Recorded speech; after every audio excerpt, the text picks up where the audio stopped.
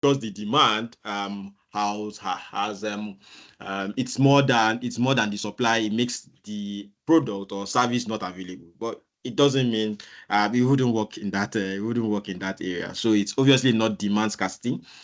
It is obviously not artificial scarcity, but I believe it is structured and it is supply.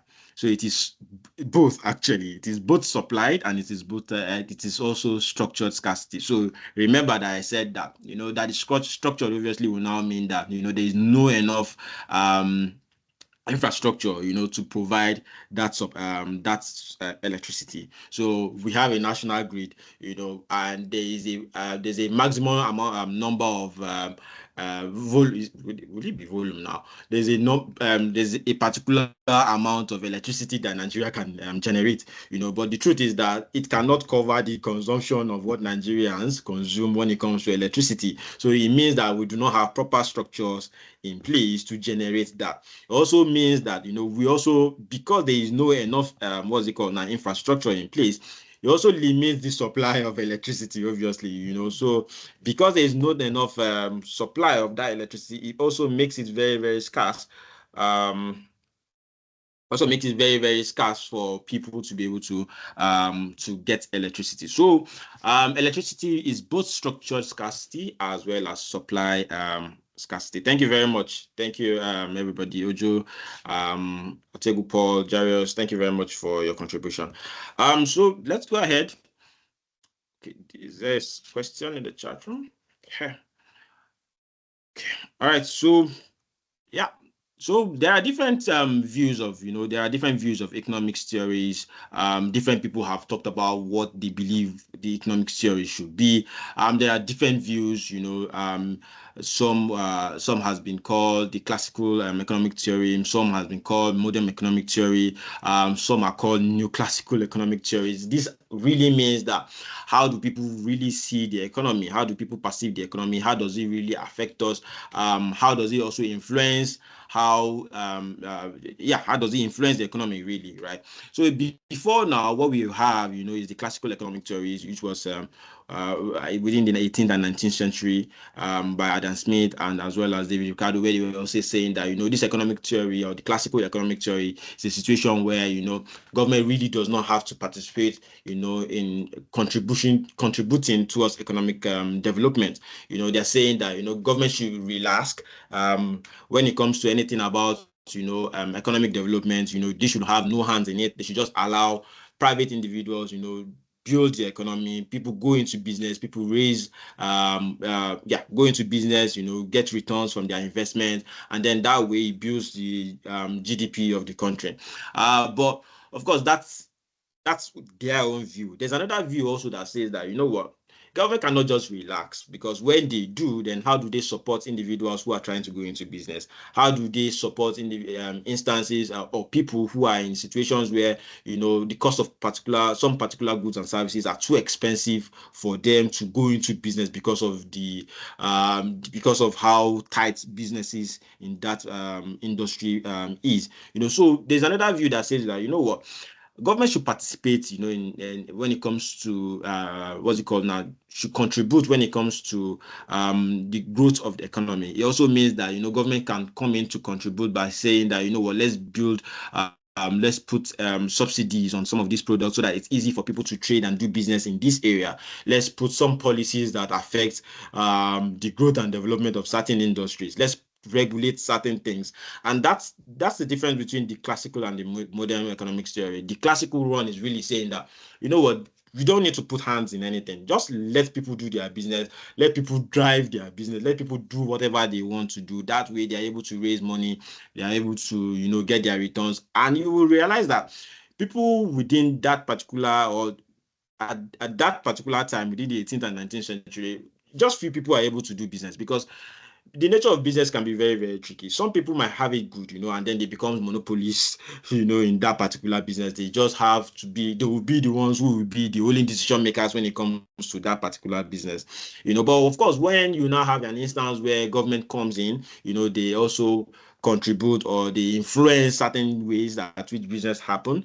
It kind of make things easy for the normal person or the average person who just wants to do business and have a livelihood, so to speak. So it's able government interference will now obviously will have to help those people who are trying as much as possible to do business as it is. So like I said, there are different views, there are different theories.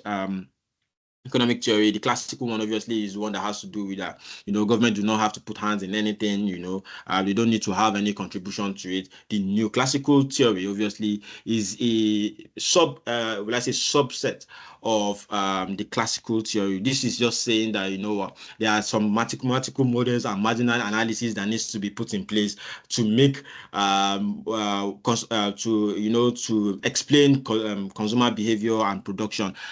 This is just saying that, if we want to raise or want to get more money or want to get more revenue, there's a proper calculation that needs to be put in place for, the regular person to be able to make profit or to make revenue or to increase the GDP of the country as it is. Same as the behavioral economic theory, same as the institutional economic theory. The institutional economic theory is just saying that, there needs to be infrastructures in place that will help, improve the growth of the economy, that will help, put things into perspective, put proper structures and help people, so to speak. Behavioral really is just talking about how people's reaction or psychology really is when it comes to economic theory. So like I said, there are different people who have explained and tried to introduce different views, when it comes to this. And particularly in the 21st century, I like to say that this is what we are actually practicing is what we call the modern economic theory. Like I said, the one that has to do with government intervention and how it help affect businesses in general. The economics is really, really an interesting topic, and it wouldn't be wrong when we say that it relates to different field of work or a field of study. Economics can be very, very relatable to history. Say in the instance where where we use cowries as exchange, where we use what's it called now? We use coin for exchange, where we use different the instance where we also do trade by barter. So this is just taking us back to how things were before and how they are now. This also applies to other countries, how they've been able to do certain things in the past and how they do things now. This is very, very relatable because obviously we know that in Nigeria today, there's a lot of things that has happened before we are currently using what we are using today. In today's economy in Nigeria, I believe we use a lot of currency, not currency now, but we use a lot of instrument as a mode of exchange. What do you think is the top three instrument that we use for exchange in Nigeria? Top three. What do you think will be the top three instruments that we use in Nigeria? It cannot be cowrie, obviously, right? Because obviously we have gone long past that. It cannot be trade by barter, obviously, because obviously we've long past that, right? So, but what do you think are three big major instruments that we use for exchange in Nigeria? Three major instruments we use for exchange. You could put that in the chat room, please. What do you think are the three major instruments that we use for exchange? It could be, I don't want to start listing it and then answering myself, right? So what do you think are the major instruments we use for exchange as of today? Obviously, you can't say coin because we have long past coin, using coin for exchange. You could say Sorry, currency, right? Hafiz. Yes, Sorry, please. sorry. Can you please put this in projection mode because the fonts are very small, so they can actually see. Thank you very much, Edith, for that. So I'm going to put it on projection All mode. right. Okay. Is this clearer now? Is Yes, this this is better? better. Okay. Yes. Thank you very much. Thank you. Thank you. All right. Yeah. Three major instruments we use for exchange. What will that be? There's the cash, right? Paper money, which is obviously we use that. What other thing will that be? Two. That's the first one, right? What other one is there? Where is our all these our people that do a lot of exchange? I don't want to start listing listing the items.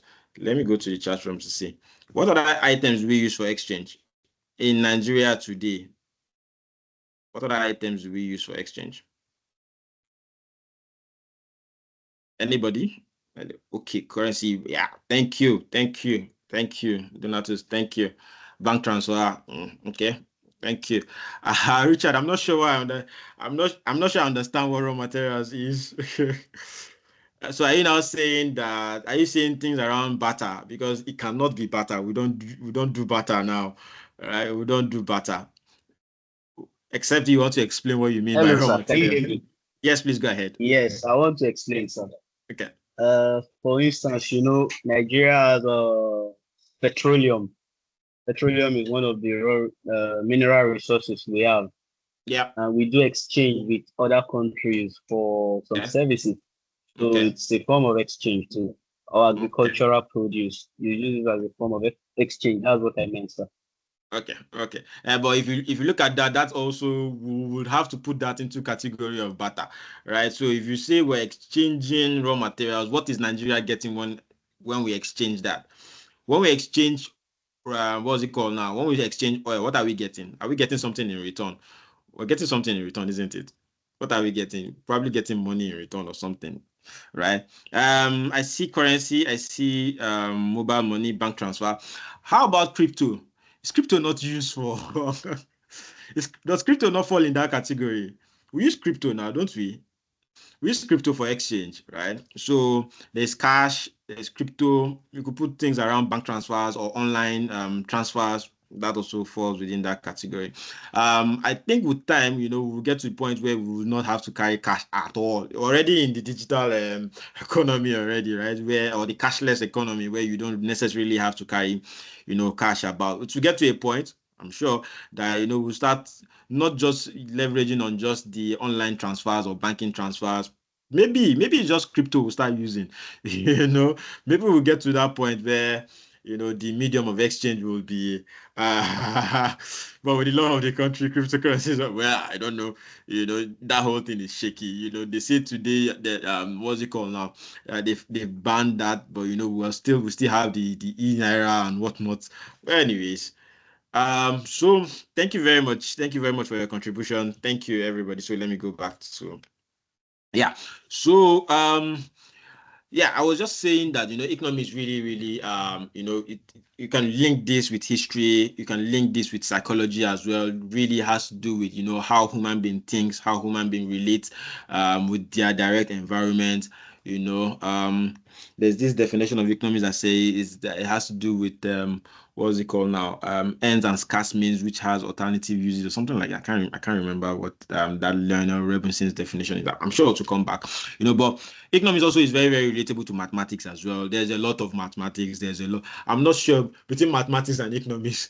Okay, I mean mathematics has a lot of calculation than economics, but of course you cannot rule calculation out of economics because there's a lot of graphs that you need to pull. There's a lot of models that you need to put into place, and then you get into making a logical conclusion on certain things. This is also very, very relatable to it relates to politics as well. You can't really take out politics and how it affects economics because of course there are different policies that could come into play because of one political reason or the other. So economics is really, really, it relates to a lot of field. It relates to different fields and how it can also and how it also affects the regular or the average Nigerian or the average person. So these are some of the examples, affect political science, relates to political science, like I earlier mentioned. Same thing as sociology, same thing as history, as well as geography. You can't really say you're studying economics and you're not studying how the economy of a particular country is affected. So the trade between one country and another is affecting your own country. Let's say, for instance, the Ukraine and Russia war and how it affected Nigerians, so to speak, because of fuel and all of those things, and oil rather, and all of those things. So you really cannot take these things out when it comes to the study of economics. Once again, like I mentioned earlier, this is something that affects everybody. This is something that is very, very relatable. This is something that affects us, affect us as a person, affect our business. It also affect us, some of us who are, who are looking to see how we can start one business or the other.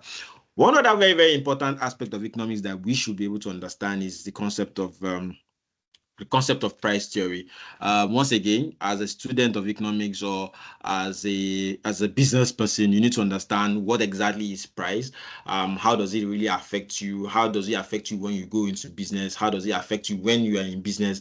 And then how does it also affect you when it comes to revenue, and things like that.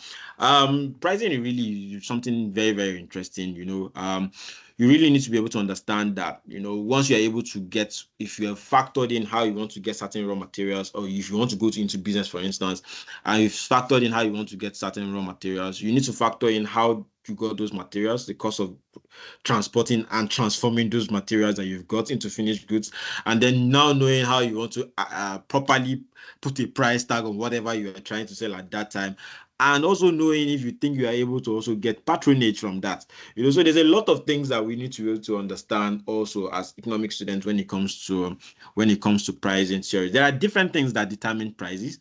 There are different price determinants as it is. There is the price of products, price of related goods. So let's say, for instance, now, let's say, for instance, somebody who wants to go into business, right? And okay, it's a business that is already what's it called now? A business that you already have, so to say, you have maybe competitors before starting, right? There are people who are already in that business and you want to go into that business. Do you think it's wise for you to charge more than what those people are in existence, or people who are doing business in that time charge? Do you think it makes sense for you to charge over what is already in the marketplace? That's already saying that you're shooting yourself in the foot, isn't it? Let's say, for instance, now, I want to go into the telecommunication industry. Say MTN, yeah, I want to be a major,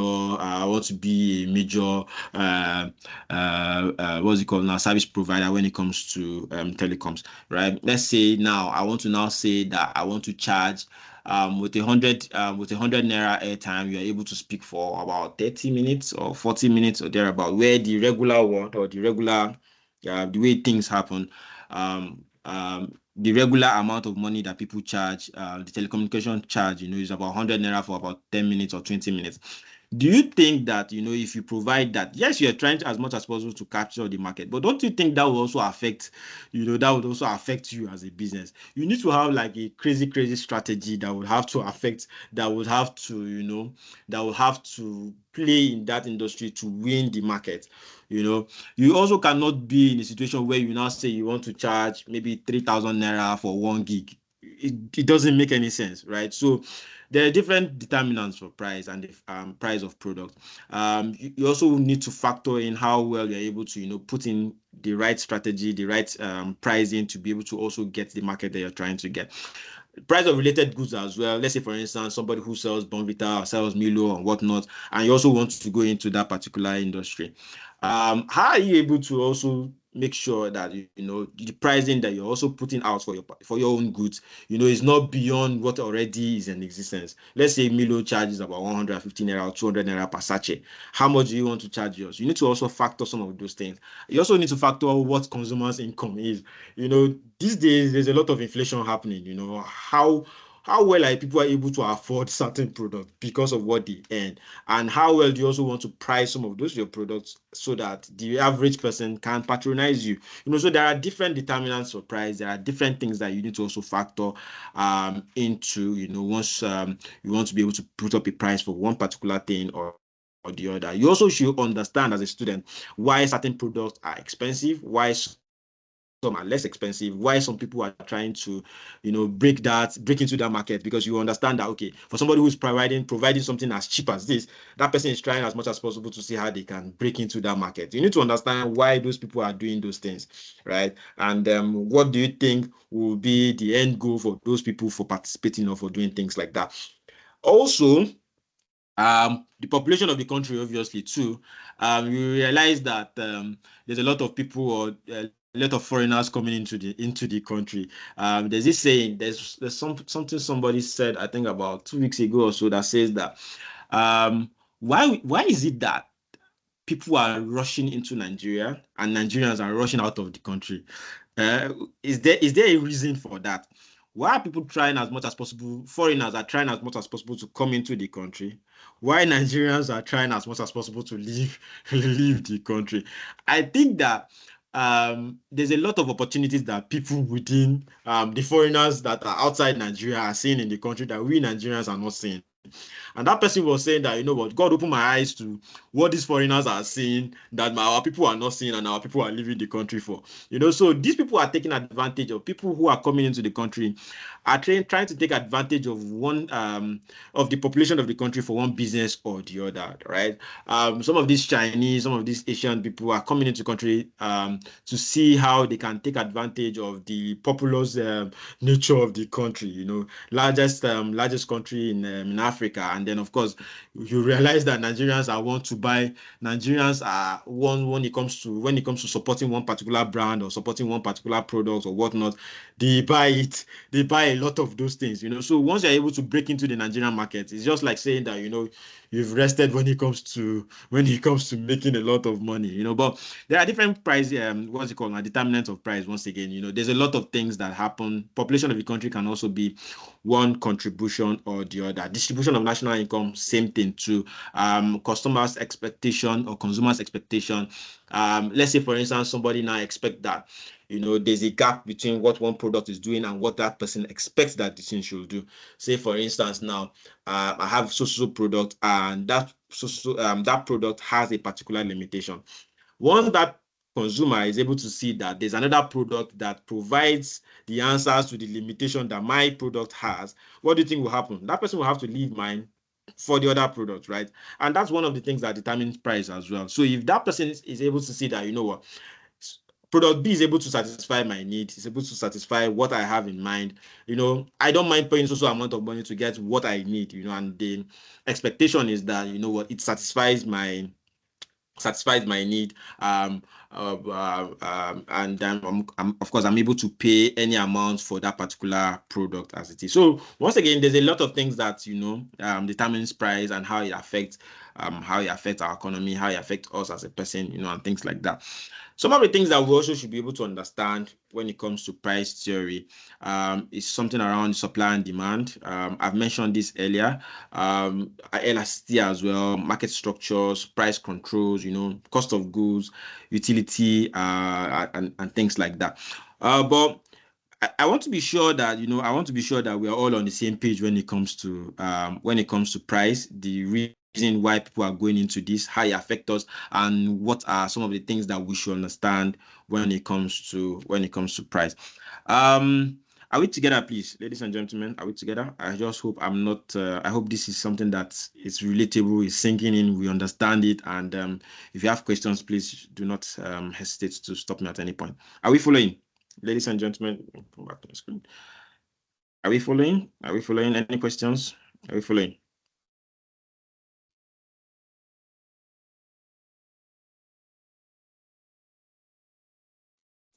Yes, I'm with you, Are we sir. following? Are we following? Okay. Yes, I will with you, sir. Okay. Thank you. All right. So I was saying something around some of the things that we should understand when it comes to supply and demand as it relates to price. I mentioned earlier that once there's a demand, when there's a lot of demand for a particular product, what do you think will happen? When there's a lot of demand, for a particular product, this is something I'm just throwing. This is a question I'm throwing out. When there's a lot of demand on a particular product, what do you think will happen? What do you think will happen when there's a lot of demand and there's a lot of demand for a particular product and it affects price? What do you think will happen to that particular price of that particular product? When there's a lot of demand, what do you think will happen? Scarcity. Thank you very much, Richard. Thank you very much. Prices will obviously go up. Prices of goods and services will obviously go up. Thank you, Richard. Thank you. When there's a lot of demand on a particular product, price will obviously go up. What do you think will also happen when there's a lot of supply of a particular product.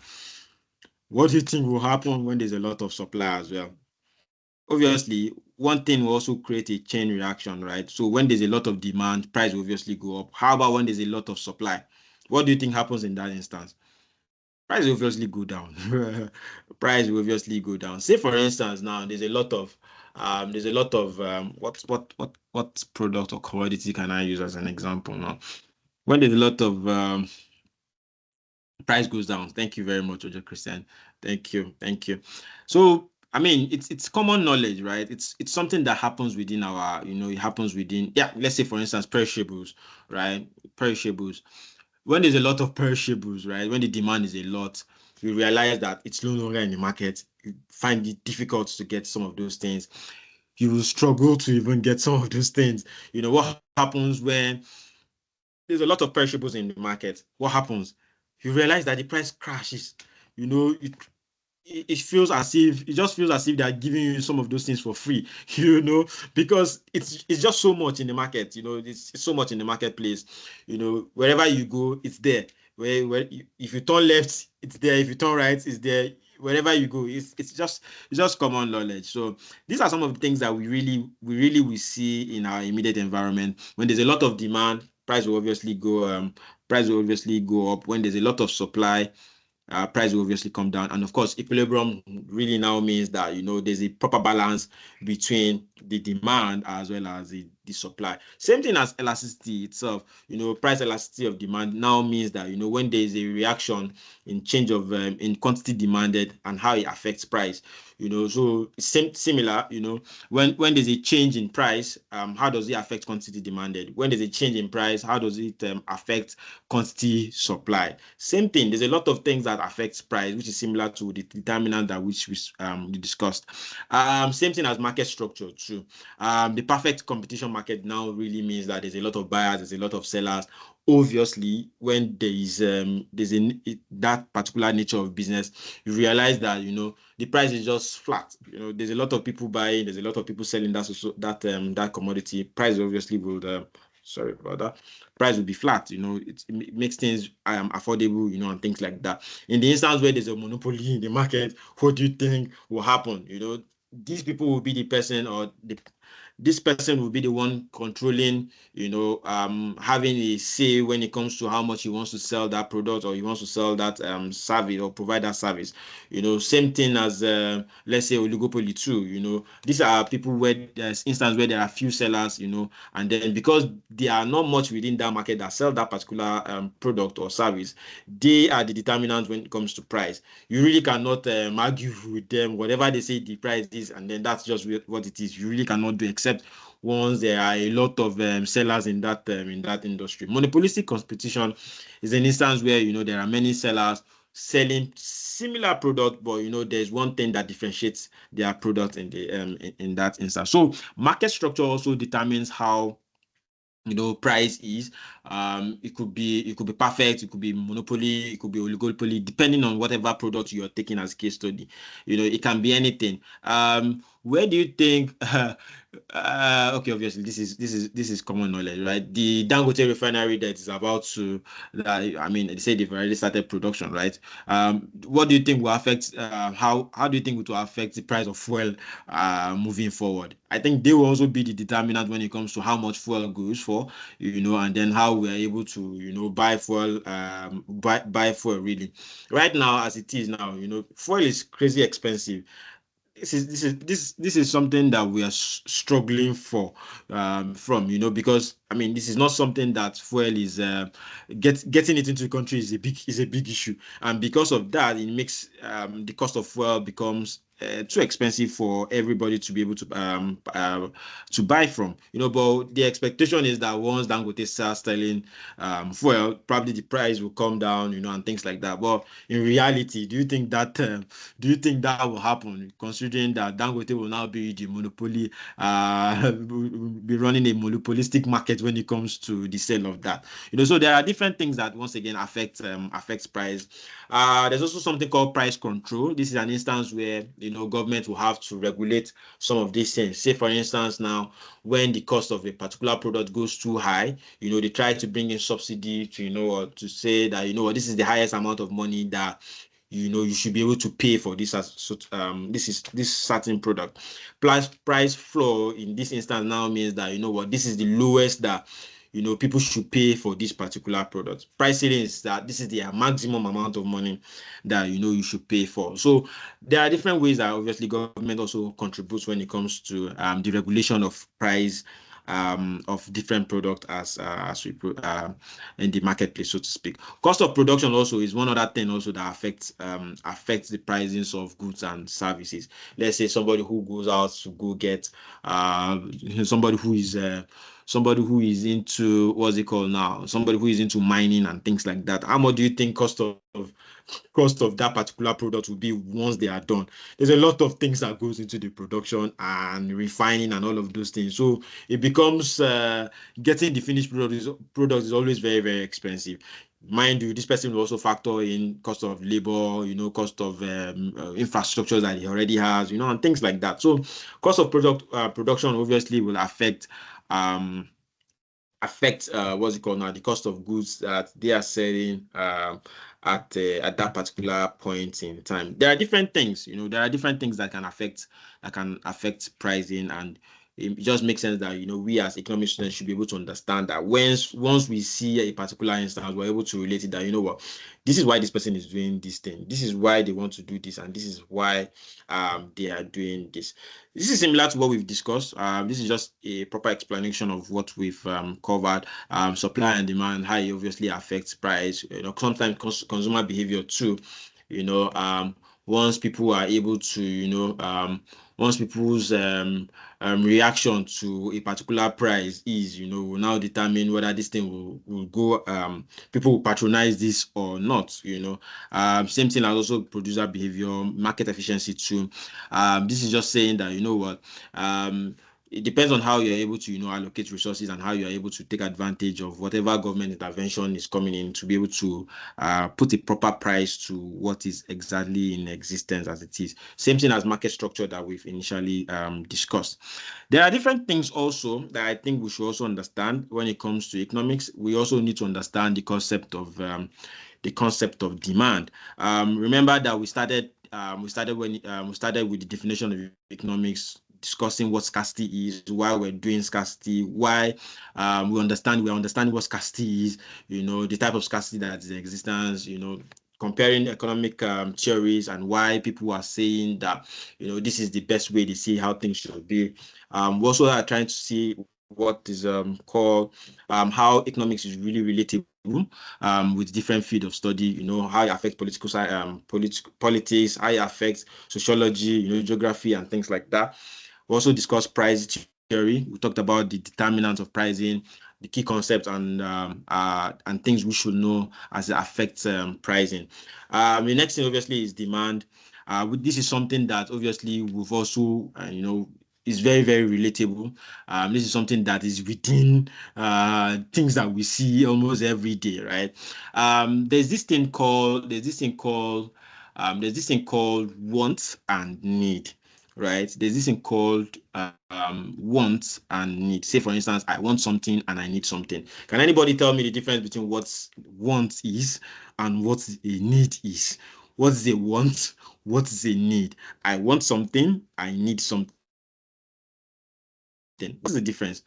I want something, I need something. What do you think the difference is? I want something and I need something. This is something we're trying as much as possible to explain when it comes to the concept of demand. I want something, I need something. What's the difference? Anybody in the chat room? I want something, I need something. The difference between I want and need. That is what you cannot do without, is what you need. And what you can do with that and you still want it is what you want. Can you take that again? Sorry, I lost you. My internet glitched. Okay. What you need is what you cannot do without. What you need is what you cannot do without. Okay. You cannot do without. And what you want is what you can do without, but you still want it. Maybe you still want to acquire it. Okay, thank you very much. Any contrary opinion? Any other opinion? I need, I want. What's the difference? I need and I want. What do you think the difference is? Anybody? Chat room. I want and I need. There's a huge difference between both. Awesome, awesome. Thank you very much, Darius. Thank you. I need, I want. What's the difference? Hi, good morning. Hi, good morning. Good morning. So when you need something, it means that it is necessary. You can't do without that thing. But when you want something, you can do without it, but you just want it, like you desire to have it. Thank you very much. That's the word I was looking for. Thank you. Thank you. Any other contribution? Any other contribution? I need, I want. I need and I want. What's the difference? Okay, I good want morning. something. Good morning. Good morning. In my own opinion, something you need is something that, like, something you want immediately, and want is something that maybe probably later. I want this thing, but I don't have the money. Later, I will get it. Thank you very much. Thank you very much, Elizabeth. Thank you. What other person? What other person has a contrary opinion? Who else has a contrary opinion? I want and I need, or contribution, or contribution. I want and I need. Yeah, somebody's about to say something. Jonathan?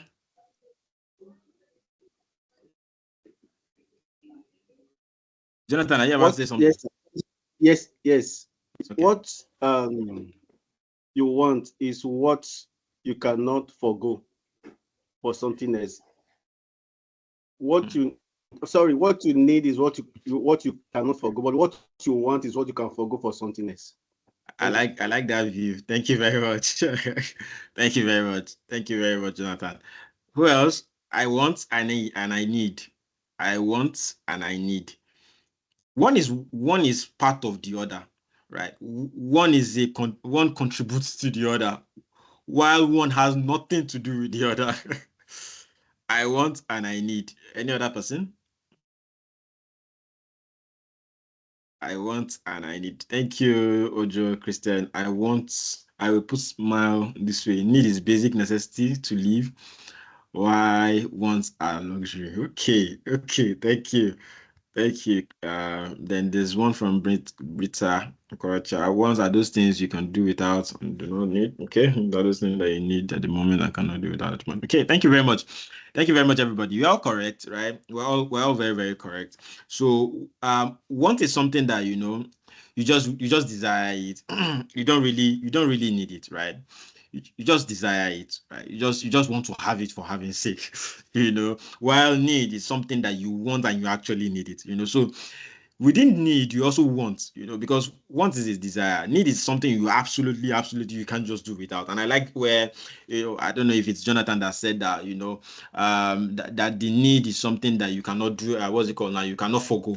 It's something that you just have to, you don't want to leave it for something else, because you absolutely need that product or service or whatever it is.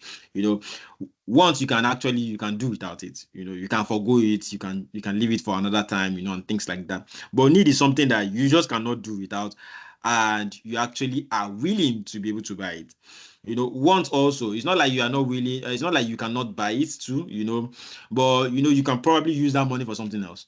But for need, in this instance, you are willing, you need it, and you are buying it. So this brings us to the definition of what demand really is. Demand is really an instance where consumers interested in a particular product or goods and services, and they are willing to pay for that particular goods and services that they want, or they need. So demand really just has to do with understanding or people's preference on a particular product and service, and they are really willing to pay for that product. If you want something or if you need something and you're not willing to pay for it, where do you think that falls? That falls on that want, right? If there's something that you want, or if you need, let's say if there's something that you need, right, and you are not willing to pay for it, that automatically is a want. I hope I'm not confusing you. If there's something that you need and you are not willing to pay for it, that's not a need now. It's a want, right? But if you need something and you're willing to pay for it, then obviously you actually need that. And that's where the concept of demand is. You can't necessarily say that, I need this thing. I need this thing, but I don't want to pay for it. You don't need it then, right? Because if you need it, obviously you have to pay for it. And of course, you have to also get it because of the value that you're trying to get from it. So there are different determinants of demand. Let me put this back on presentation mode. There are different determinants of demand, right? So you cannot say you did something and your income doesn't cover for it. How do you want to need it? Because you can't pay for it, you can't buy it. Then how do you need it? It's just like somebody saying that you're waking up today and saying you want to buy, you need a luxurious car. You want a Rolls Royce. What do you want to do with it? Your income does not even cover it. Speaking of Rolls Royce, do you understand? There's this saying that there's a reason why you don't see Rolls Royce adverts everywhere, right? Because there's a reason why you don't see Rolls Royce advert. This is not a vehicle, or this is not a product that is available. Let me just throw this question out. Why do you think there's no adverts for Rolls Royce everywhere? Is there a reason, right? Is there a reason why Rolls Royce? I'm sure that we are very, very familiar with what Rolls Royce is. It's a brand of a vehicle, right? It's a brand of a car, and it's not very common, right? So why do you think that Rolls Royce do not put up adverts on their vehicles? Is there a reason for that? Anybody? Please tell me you're familiar with what Rolls Royce is. Why do you think Rolls Royce vehicles are not familiar, are not very, very Hello, sir. Can you hear me? Yes, please. Who's Hello? speaking? Yes, yes, yes. Yeah, because Rolls Royce is a luxury car and it is made for the extremely rich people. So they don't need advert. The rich people don't watch TV as they used to say. So they know their target. Richard, let me throw you another question. So why do you think Gary doesn't use that? They don't do adverts for Gary. Is Gary too very expensive? Of course it's not now. What did you say? Really? No, I'm saying that You why said do you think Gary Gary? also does not have adverts? Yes. Because Gary is a commoners food, so we know whenever maybe you can find Gary anywhere. We don't advertise Gary. As the saying goes, Gary has been saving lives since this time immemorial. All right, thank you very much. Thank you. Who else has a contribution? Why do you think Rolls Royce do not put out adverts for vehicles? Right, because this is we're talking about demand, right? And of course, this is something that somebody is able to have willing to needs and also willing to buy at a particular point in time. Why do you think Rolls Royce is not do not put out their adverts? Okay, so let me go to the chat room.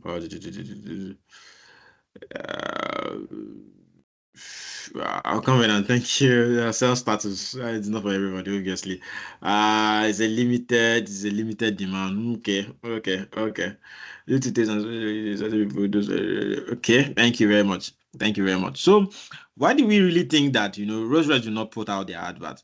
I mean, it's very, very similar to what Richard have said.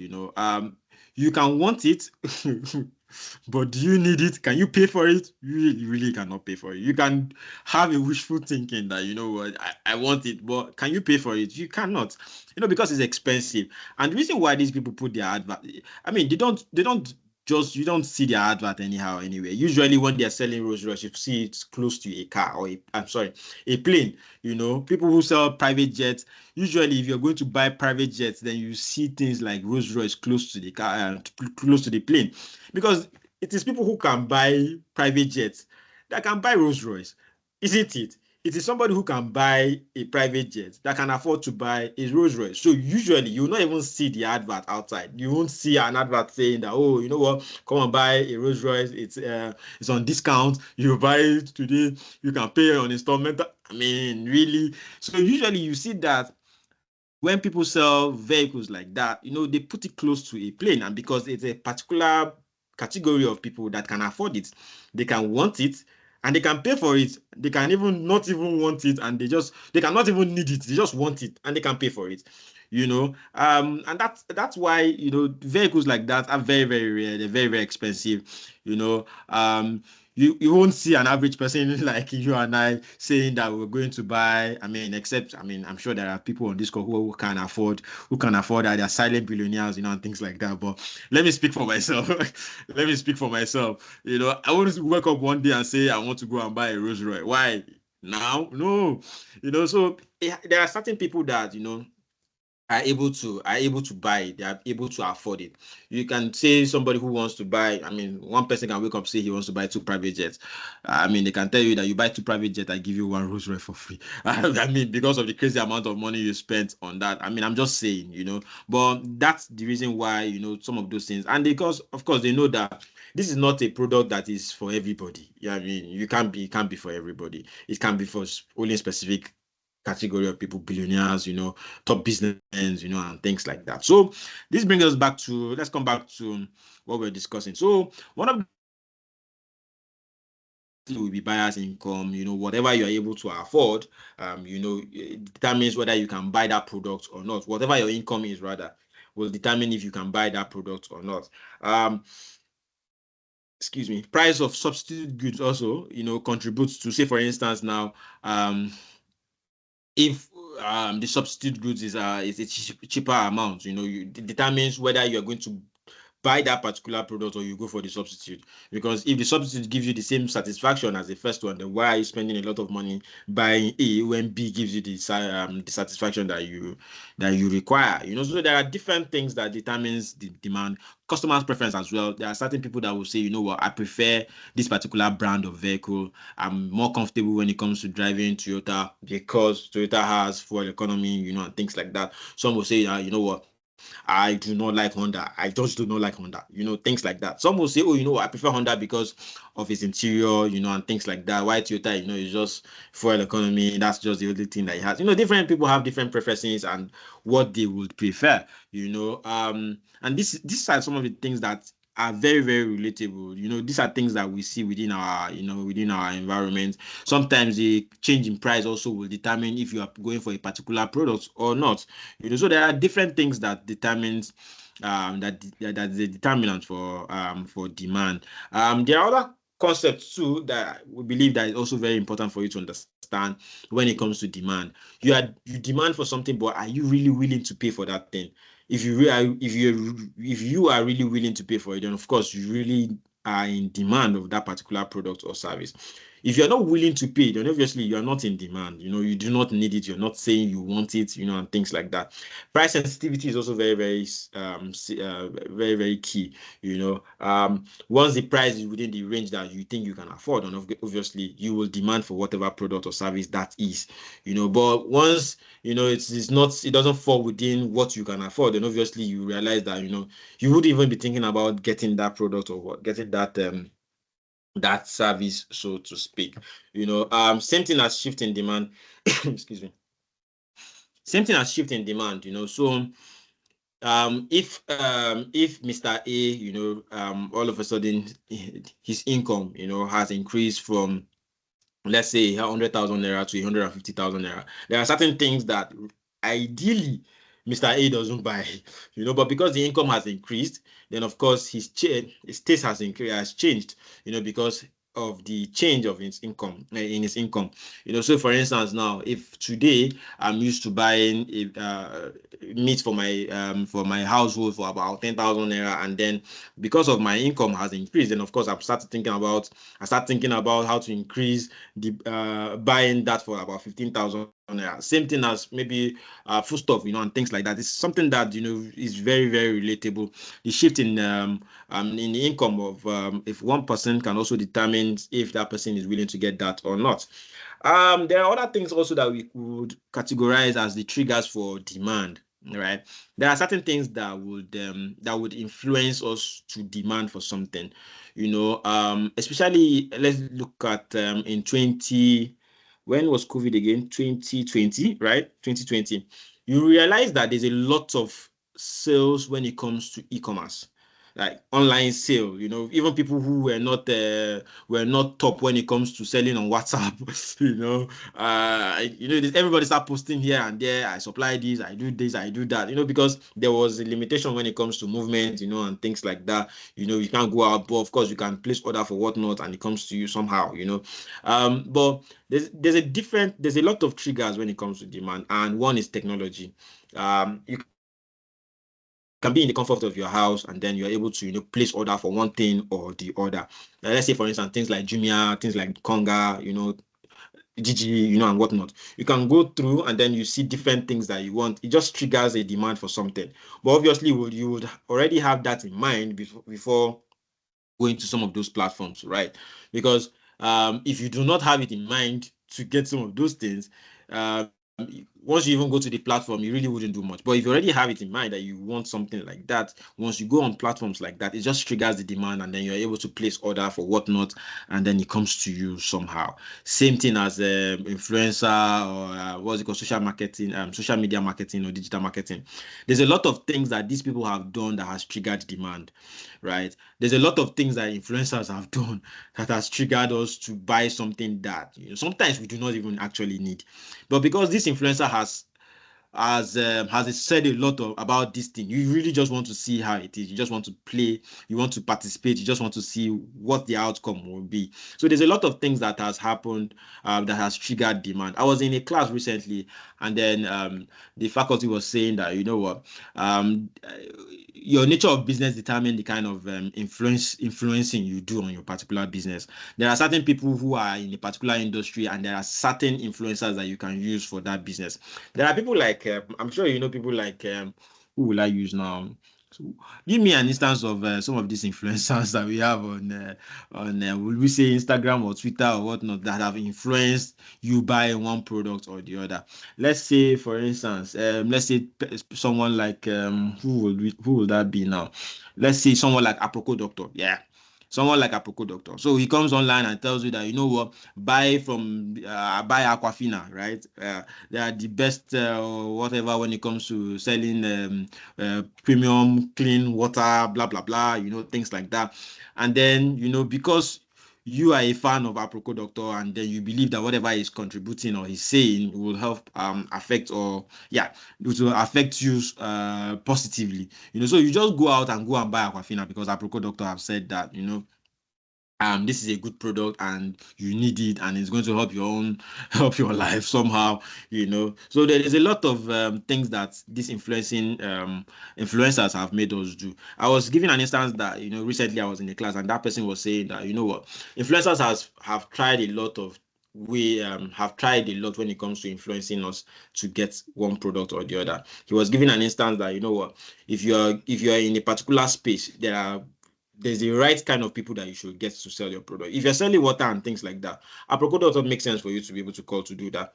But do you think that if you also bring somebody like, let's say, like Wasabi, I don't know how great he will be when it comes to selling water, selling things around health, and things like that. I honestly will not know, but there are certain people that have played well within a particular industry, and then they are well known that whatever this person tells you, it's just the truth. And of course, this person will not want to deceive you or bring you to get you to buy what will not work or something that will be harmful to you, obviously. Same thing as Mr. Well, I see macaroni, but I'm not sure I know what macaroni sells. So, I'm not sure I know what macaroni influence is, So, but there are different people. Same thing as maybe like Wasabi. I don't know how much he does things around real estate, and things like that. Possibly he could convince you to get whatnot, buy this house, and then of course you buy this house, you get or buy two houses, get one free.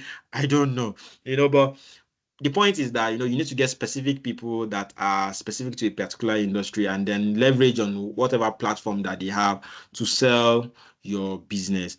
Also, I also remember that person was also saying that you also need to be able to take advantage. You as somebody who is like an entrepreneur or a business person, you also need to take advantage of how you use people like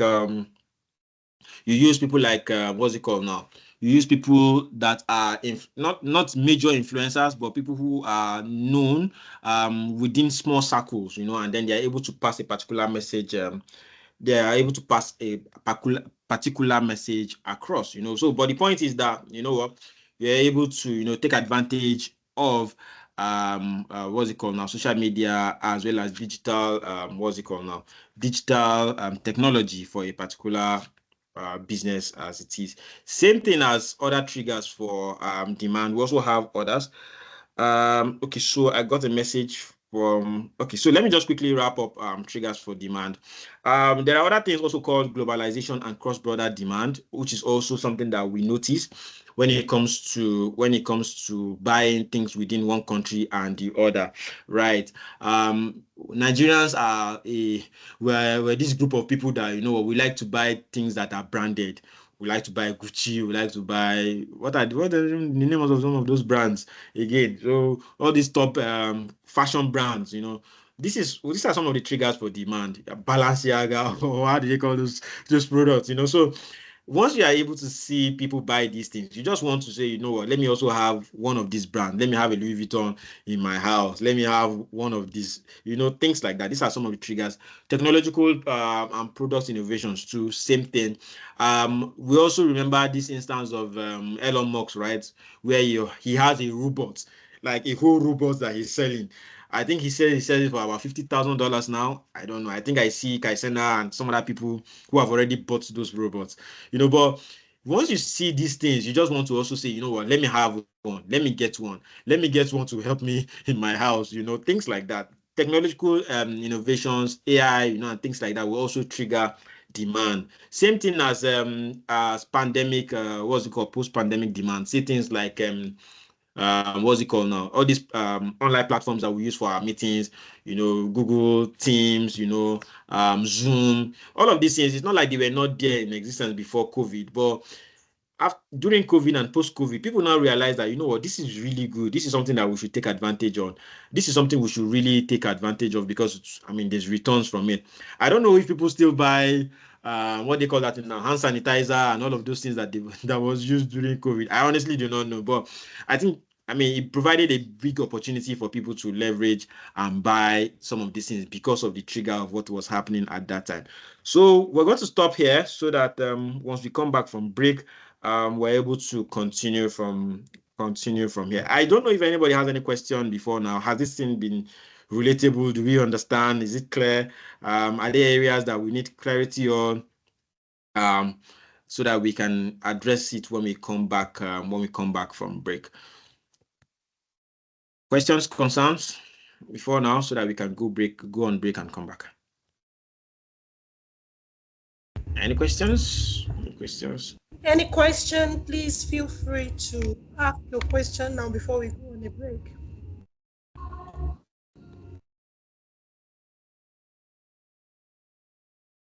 All right, if there's no question, thank you very much, everybody. I hand over to Messi now, and then we'll come back. I'm not sure what time it is. I have a question, sir.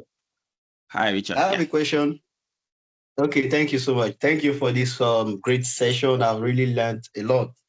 And my question is about triggers of demand that you just mentioning, the globalization and cross-border demand. I want to cite Nigeria as a case study. Why don't we grow local? Why don't we buy local to grow local? We tend to like this foreign export thing. Like, for instance, the company I work with presently, we produce baby diapers. And in the market, people prefer the foreign exported product than our own that is grown locally. Not only that, even to food item. You see a lot of Nigerians preferring foreign exported food or other stuff, other brands than our own local, what do you call it, product. And as you've said, for instance, we produce face masks before. Because after the COVID outbreak, my MD is already saying I want to sell off the machine that just lying there, occupying space, not being useful. So that's the question, sir, with globalization. What can we do to gear up our people so that they will be patronizing the local product? Thank you, sir. Thank you very much. Thank you very much, Richard. Thank you. I think it all boils down to perception, right? It boils down to perception, to perception that we Nigerians have. There's this saying before that, anything that you buy that is written, maybe made in China or made in Australia or made in Germany, it seems like it's an authentic product. It's an authentic product. But at the end of the day, sometimes these are locally made products, but they put that tag there, because they know that is what Nigerians want to buy. They just want to buy anything that is branded not Nigerian. So it boils down to the perception. I believe that once we are able to change our perception about certain things, once we're able to have, restriction when it comes to buying some of these things from international, from neighboring countries or whatnot, possibly we're able to grow the internal production of what we already have. I remember where you were saying something about even the raw materials, agricultural products that we have. Do you know that there are instances where people will rebag rice? So in the instance, sometimes I don't know. There's this particular rice they call Red Bull, I think, right? It's called Red Bull. So usually people will just buy empty bags of Red Bull and then store in local rice in it and sell it as a foreign rice. I don't know if what I'm saying makes sense to you. Now, this is just perception of people. People just assume that locally made stuff are not as quality as these other ones. But believe you me, the quality product, the products that we have, is just that there's this bad perception about, there's probably no, maybe our government also is not doing well when it comes to encouraging us to, locally patronize locally made products. And then because of that, our idea around foreign imported products just feels like there's a lot of quality that comes with it. Whereas, sometimes these are locally made products but are tagged, that are tagged foreign countries. So one is perception.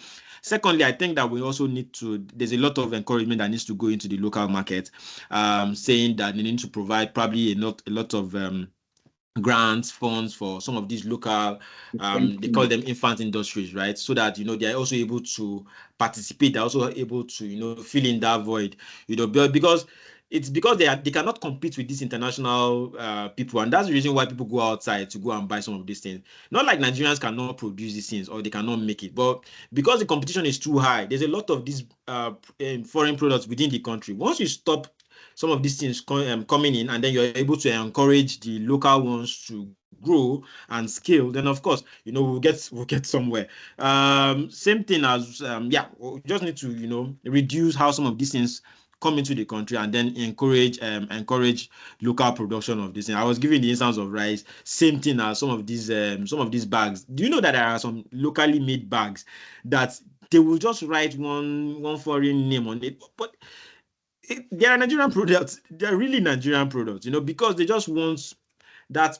They just want it to be associated with foreign countries, and they know that it is when it is tagged made in China or made in where not. That is where Nigerians will patronize. But once again, we just need to change our perception when it comes to goods that are, or items or products that are locally produced. And of course, the government also needs to help ban or reduce the importation of these things, so that we can also encourage local businesses also to compete. Once again, it is not just the production of these things, but also for them to also be able to compete with these people, because once we are able to provide enough fundings for them, they are also able to produce these things properly. You realize that they also will scale. Once they scale, people outside the country will also buy from us, and then we will also start branding. Look at this guy, for example. What's this guy named? Vodi. I don't know if you know about Vodi clothes, Vodi fashion and whatnot. Vodi is competing with other countries. I mean, he's competing at the level of Louis Vuitton and whatnot. Do you know how much Vodi's clothes cost? It costs about 200,000, 300,000 naira, even 400,000 naira, depending on the type of clothes. I mean, these are the cheapest ones I know of. I know he sells to governors. I know he sells to presidents of other African countries. But that's to tell you that we can do it as a country, right? We also can encourage our people to also compete at that level. I hope I've been able to answer your question, Richard. Perfectly, sir. Perfectly. Thank you Thank so you very much. much. Any other question?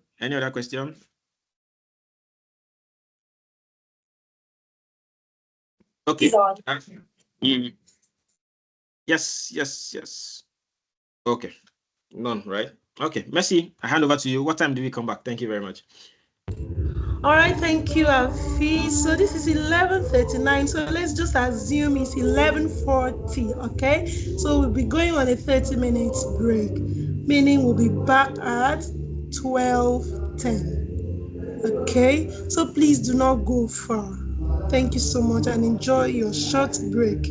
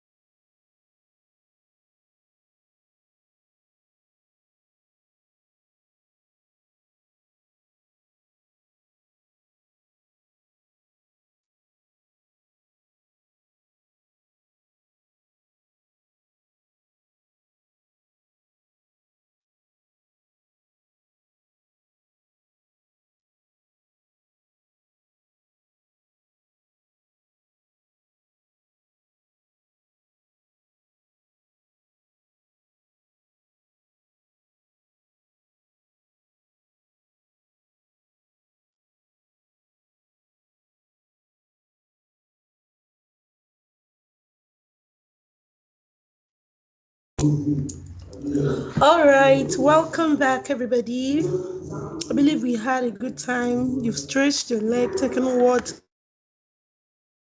and network.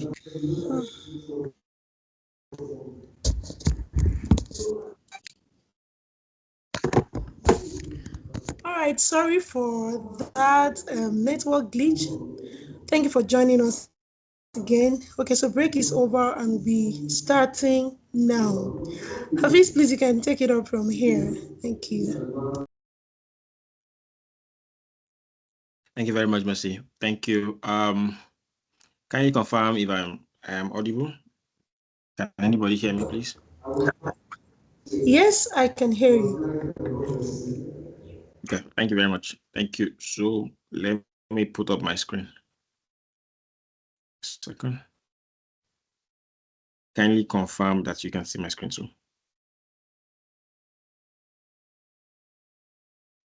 Anybody? Can anybody see my screen? Yes, your screen is visible. Okay, thank you very much. Thank you once again.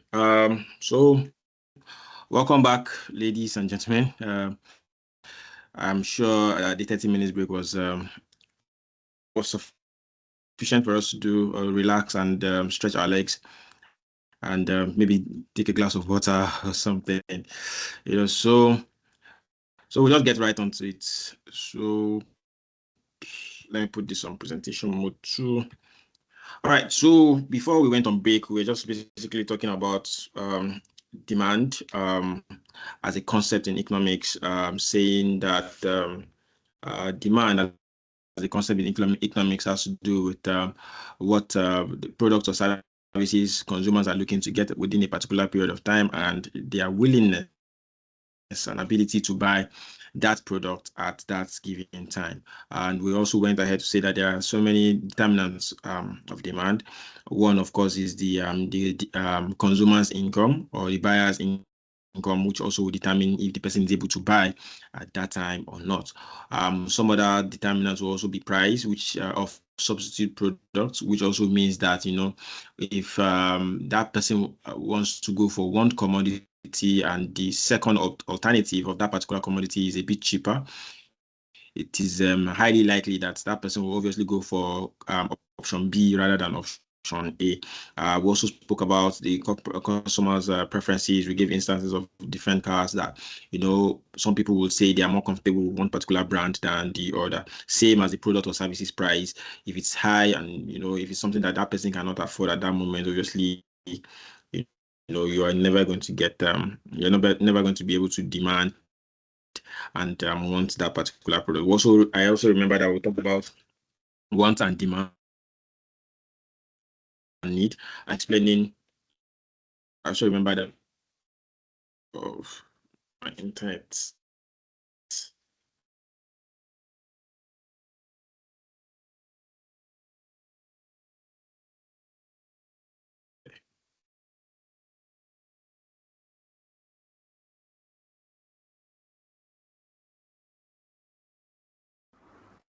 Mercy, can you hear him? Hello, everybody. Apologies, my internet glitched. So let me quickly change network so that. Okay, I have switched into network, so I'm sure that we will not have that again. All right, thank you very much. So let me share again.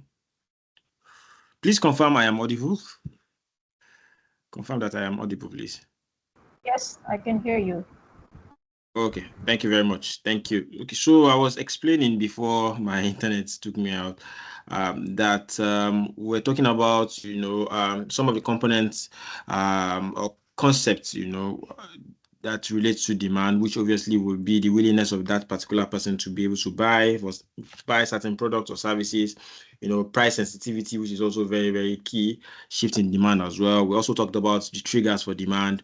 One which obviously will be digital as well as e-commerce influences on us, the availability or the presence of e-commerce platforms have made us being able to, buy certain things, with ease. Same as the influence of social media and digital marketing experts, they've been able to try as much as possible to convince us to buy certain product or services that they sell within that particular period of time. Same thing as globalization and cross-border demand. We spoke about the availability of different brands outside the country and how they've been able to break into the Nigerian market, as well as suppress our own locally produced goods and services. Same as technological products and innovation. I also remember I was talking about, different technological upgrade that has happened, or innovation rather, that has happened, and how it also, affects or triggers us to make or buy certain things. Same as the post-pandemic demand trend, which obviously had pushed us to get to understand the need for certain products and services that will also help us. All right, so going forward, we also need to understand what the importance of demand really is. Why we need to why demand? As a concept in economics, why do people really demand certain things? There are different reasons why people demand for stuff, or why people want to buy certain things, or why do people want to spend certain money on something. So there are different reasons, right? The importance of we studying what demand really is for us to be able to understand how well to be able to allocate resources. Say, for instance, now that we want to project that, we want to sell something, and we're hoping that we're able to know what the percentage in demand will be of our prospective customers in the market. So if we want to know the percentage of our prospective market in the marketplace, then we need to understand how well we are able to allocate proper resources in certain areas and in certain things for us to be able to produce certain things, and then we're able to know how many people are willing to buy that particular product at that time. So really understanding this thing helps us understand, how well to be able to allocate different resources. Resources can be material, obviously, can be manpower, can be, machines, can be anything. It can also be money, it can be methods, things like that. So this is one of the reasons why, we need to understand what demand is and how we're able to, understand what exactly demand is and how we're able to, put that or factor that into whatever production or whatever services we're providing. This applies to not just business people, but even we as average persons, Also, same thing as price determination. You also want to be able to know how you perceive that your products will be bought by different people. That will determine how you would put a price tag on it. Say, for instance, now, people's reaction on a new product, it is likely that if it provides a satisfaction beyond what it's currently in the marketplace, obviously that will provide an opportunity for you to increase your fee or put a higher tag on the price of your product, considering that the one in the market is not as authentic or it's not as sophisticated as yours, so to speak. Same thing as revenue generation. You obviously want to be able to project what the demand will be, and then you are able to estimate that, okay, if we get so and so number of sales, if you're selling something, obviously, will now mean that once you project the number of sales, you are able to now know that, okay, this is the total income we're getting, this is the expenses we're deducting from the total sales that has been generated, this is our profit, things like that. It just makes sense for you because you have already projected what the demand will be, and then you've been able to make logical conclusion about it. Same thing as consumer behavior analysis. These are just you being able to make logical conclusion from the forecast that you have made on demand. Same thing as forecasting and planning. Similar instance. The essence of really understanding what demand is just for us to be able to make logical conclusion, making statistical conclusion as well for people who are into business too. That way you're able to know that, okay, if I work with a number of estimated sales, this is what I should get as returns, but it just doesn't make sense for you to go into business blindly, really, without making proper what's it called now, proper research, proper calculation, getting proper insights, so that you don't do business at a loss. At the end of the day, you're not making profits, and it just looks like you're just wasting your time. But really understanding all of this will also help us. And that's why I was saying initially when we started that you can't be an entrepreneur, you can't be a business person and not you understanding what economics is, because really all of these things are things that you should know, because knowing these things will also put so many things into into perspective for you as a business person. You will know how well to plan, how well to, leverage on certain opportunities that come your way, and then knowing how well to be able to play in the market to make profit. Same thing as the concept of demand. This also has the concept of supply. There are several things that we need to put into consideration. Same thing as law of supply. Initially we talked about the law of demand too. The law of supply obviously just has to do with saying that, when there's a direct relationship between price, of goods and services, and how it affects the quantity that is being supplied. If you supply, if the more goods and services that you sell, put into the market, determines how people buy those things. So the shift of supply also will determine, how well people, buy some of your people buy some of the products that you put out there. Once there's a significant change, from people buying your product for another, no matter how much you're able to supply that product, you're still never going to get enough patronage. You're never going to get people who would, be there to buy or have return customers, for things like that, because they obviously have been a shift in supply in one area or the other. Sometimes some of the reasons for this shift in supply might probably be technological innovation. Let's say in the instance where your competitor is taking advantage of recent technology. Let's say you're also into cement production and one other person is already using an automated method of, producing cement, and then you are still using probably a traditional method of producing. It is very, very clear that, people obviously will go for a more technologically advanced method of produced cement or blocks or bricks, so to speak, than somebody who is just a local factory brick producer of blocks. So things like that will affect your own business as well. Same thing as producer behavior. Some of the things also that also affect supply really is how, the manufacturer or producer also, the kind of decision they make, the kind of prices that they put will determine whether, the supply he makes will provide returns to him or her at that particular period of time. So obviously, anybody who is into business will realize that, before you are able to also supply whatever you want to supply, you need to make proper research on your market, knowing who well you're targeting, knowing your competitors, and then knowing how well you want to be able to service that particular market. So once again, this is something that obviously we should know, we should understand how it works, and then we're able to play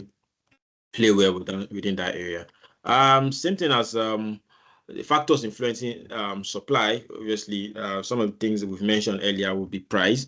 This will determine if people really will buy your goods or service. So sometimes if you supply so many products into the market and the price is too high, obviously you realize that you're not going to make profit. You're just probably going to make a loss, because if there are competition, if there's a strong competition out there and your price is high, obviously you know that you need to do something about it. Same thing as production costs too. Obviously, this will also determine how you supply. Say for instance, if you spend a lot of money to produce, it depends on how much you have as what's it called now. It depends on the resource you have to produce. So if you have a lot of resource, you obviously will produce a lot and then put out there.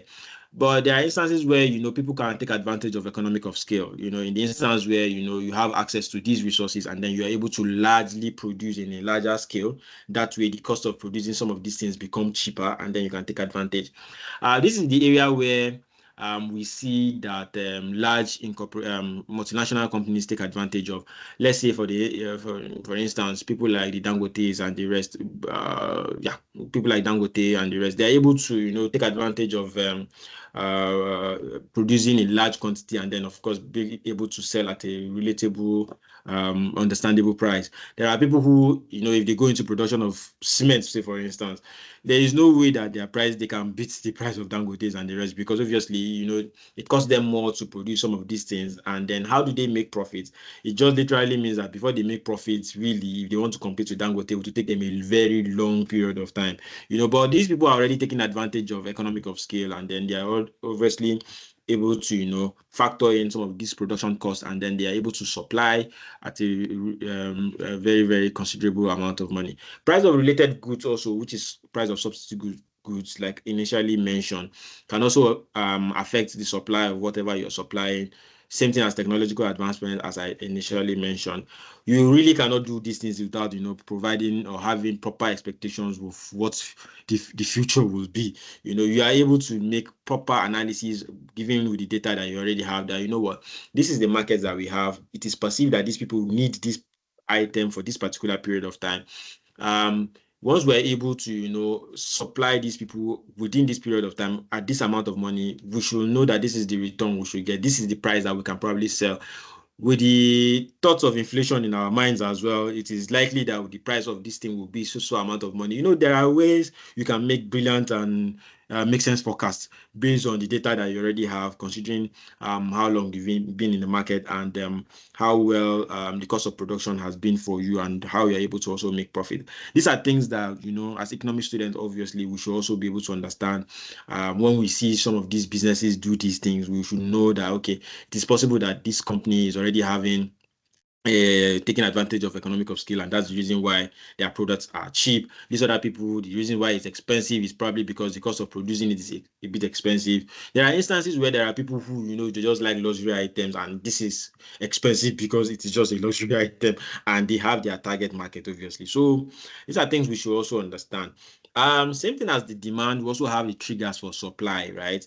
In this instance, for globalization and supply chain for supply, you realize that sometime last year, if you realize, before this whole Dangote saga and all of that, we sometimes have to take our country, what's it called, our crude outside of the country for it to be processed. We also need to work with other countries to be able to have our crude processed and then bringing it back into the country. These are things that, because that nobody refines crude in Nigeria, you need to now take it outside, for somebody to now refine it, and then you bring it back into the country. So this has triggered supply, because that the availability of somebody giving you a particular resource or getting a particular resource for something is not within your own country. You need to now take it outside, get somebody to refine it and then bring it for you to now sell to the final consumer. Technological as well as automation is another trigger for supply. Somebody who has a lot of finance or a lot of resource to produce whatnot, they are able to, spend a lot of money to produce because of the advantage they have of technology and automation. I was giving an instance of people who produce blocks, bricks using cement, sand, and whatnot. If you have a brilliant technology to produce, let's say, over 1,000 blocks in a day, you cannot compare yourself with somebody who produces 100 blocks or bricks in a day. Cannot compare themselves with you who produce 1,000. So you who already have a technological advancement as well as automation in your own business, you are able to supply even more people. You are able to make even more revenue. Obviously, you make more expense because of the investment you've made on technology and things like that. Technology and things like that. Obviously, you spend more, but obviously you'll be able to service a broader market, things like that. Same thing as sustainability in supply. This is the instance where people sometimes leverage on what they call that thing now, solar and green energy, and things like that. If you know that you can reduce the expense that you make on, say, fuel, if you're leveraging on solar energy and things like that, you realize that you're able to produce even more, service a bigger market because your expense have reduced. So this is another trigger for supply, that if you know you're able to minimize the rate at which you are able to spend on what's it called now, on producing certain things, operational and stuff like that. Obviously you're able to service a broader market. Same as government policies and regulations. Sometimes there are instances where there's a ban on one particular product or the other. It just gives opportunity for local market. And I remember that is where Richard was also asking a question earlier, saying that why is it that, in Nigeria, there are people who, fancy buying some of these items from foreign countries rather than in Nigeria. This is also a trigger for supply in the instance that, governments, restrict people buying items from a particular country and then encourage local producers to produce some of these things and then sell to the local people within that particular environment. So this can also trigger supply, because once you've been given the opportunity to produce and scale, obviously we service a larger market, and then of course you're able to even supply better. Triggers of supply also in the instance of resource availability. If you have resources, if you have all of those resources, those 5 M's, I think it's called 5 M's, right? What are those 5 M's again? Anybody? 5 M's, those 5 M's that needed by anybody who wants to produce or who wants to go into service. Yeah, production, most importantly. The 5 M's of production. I'm sure we have, what are they again? The 5 M's of production. Anybody? 5 M's of production. 5 M's. Those are the common what's it called now? Items that you cannot do without, if you're trying to produce or you're trying to supply a particular trying to provide a particular service for people. 5 M's, that's where we have the money, the what? Money, machine. Twitter said money market. Okay. 5 M's, money, man. Yeah. What are the remaining ones? 5 M's of 5 M's. 5 M's of production. So that would be man, money, machine. What would that be again? 5 M's. Anybody contributing? Manpower. Yes. Methods, machines, materials. Measurements. Okay. Measurement. Money, machinery, market, materials. Okay. Technology. Jonas, I don't know where T is from. It's 5 M's now, so it's 5 M's. I'm not sure where we'll put T to it. Maybe T can be part of it too, but T will fall under machines, I believe. So the 5 M's will be man, obviously, which is people, machines. Yeah, thank you very much. Man, machines, methods, money, materials. Absolutely, those are the 5 M's. I'm not sure where I'll put measurements. For Fajana, I don't know where I will put measurements. Will measurements be under machines or methods? Maybe methods, I'm not sure. Thank you very much, though, for your contribution. Thank you very much, Temitayo, as well. So these are the 5 M's that you really cannot do without, when it comes to supplying or when it comes to the production of certain products or services. You really cannot do without man. Obviously, people who use the machines that you're obviously going to get. You can't do those things also without capital, which is also the money. You really cannot. You can't go far without having proper capital to even get the machines and even pay reward to the men. You also need methods. You need to have proper structure, strategy, and approach how you want to do those things. And you can't obviously do those things without materials, right? You need to have proper access to good raw materials that you use, to provide or convert whatever you're producing into finished goods. So these are the most triggers of supply. Could be other things too, but these are the ones that can also trigger people to produce certain things and also service a particular market. It is also very, very possible for us to talk about demand and talk about supply and not talk about how they all balance. Really, I remember we mentioned earlier that once you buy a lot of when there's a lot of products, servicing a particular market, and then there's a lot of that product, and then consumers are not buying as much, there's always going to be the instance where the price will obviously fall, because there's a lot in demand, there's a lot in supply than what is demanded. In the instance where you now have a lot of people who are demanding, and then there's a shortage in the supply of that, then you now realize that there's probably going to be a price hike in that instance. But there's always a middle area which is called equilibrium, right? In the instance where supply, meets demand, this is saying that there is a very good number of people who are producing and supplying a particular item. There's a very good number of people also who are buying that particular item also. So there's always going to be a balance in the instance where the supply always matches the demand. In the instance where demand is more than supply, then you realize that, of course, there's always going to be scarcity. In the instance where supply is more than the demand, there's always going to be a price fall. And that brings us to the concept of equilibrium that I was mentioning earlier. You really can't talk about demand, you can't talk about supply without mentioning this, because there's always going to be a point where these two obviously intersect. There are instances where that once people are able to, or once producers supply certain products and services, and there are a lot of people, let's say for instance in a market where there is a lot of sellers and then few buyers, there obviously will not be a price equilibrium, because there's going to be a mismatch, too much people selling, few people buying. In the instance where there are a lot of people buying, few people selling, there's always going to be a mismatch. Nothing like equilibrium in that instance, because the price, they will be the determinant of the price, and then people cannot buy from them. But there's always a point at which buying matches the supply in the marketplace. There are different factors that contribute to equilibrium as it is. It could be the demand and supply. You remember I was mentioning that these two will always find a way to intersect.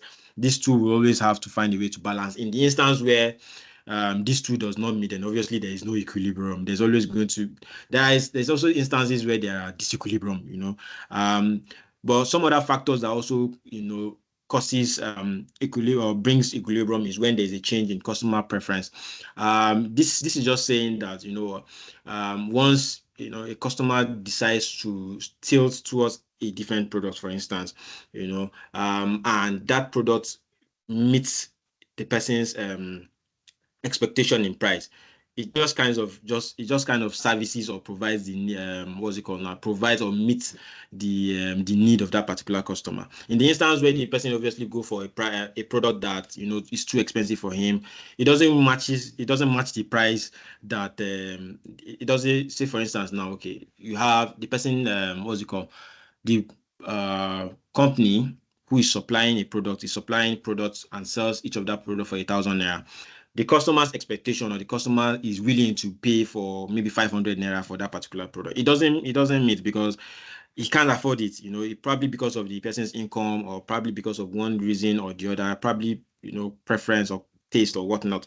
But in the instance where there's another competitor, or there's another substitute product that is selling for the price of maybe the same 500 naira that customer is looking for, it kind of matches, and you find out there's equilibrium in that instant, because the supplier, the price at which the supplier is selling matches what the buyer is buying at that particular period of time. There's also an instance where government also has its own contribution towards this. In the instance where government provides subsidy, say for instance on petrol, in those years where we used to buy fuel for 100 and something naira, or maybe 50 naira or 70 naira, or 200 naira before the whole thing changed early this year. Government has subsidized these things for us, and that's why there was an equilibrium at that point. Consumers are able to buy at that period of time. Government has subsidized it, so it is able to. There's always going to be a meet where the supply for those things at that particular price and the demand for customers within that particular period of time is able to meet. There's also an instance where there are different instances where some of these things happen, right?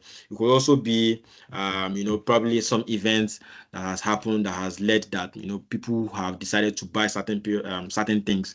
There are instances where there are also natural disasters and things like that that would affect how these things happen. So there are different factors that contribute to price equilibrium. The same way that there are factors that affect price equilibrium, it's also the same way that affects disequilibrium. So disequilibrium is the instance where it doesn't meet at all, right? While equilibrium is the instance where price obviously will meet the demand that people have at that time. So these are some of the instances where you realize that price don't just meet at all. So in the instance where there's a shortage, of a particular product or product or service, you realize that the price for those things becomes too expensive. You remember when the Russia-Ukraine fight started, or war started, fuel was at least was, I mean, we were able to get it about 200 naira, 250 naira, I think thereabout. But it got to a point where, because of the shortage of the fuel that we don't get, it started affecting price.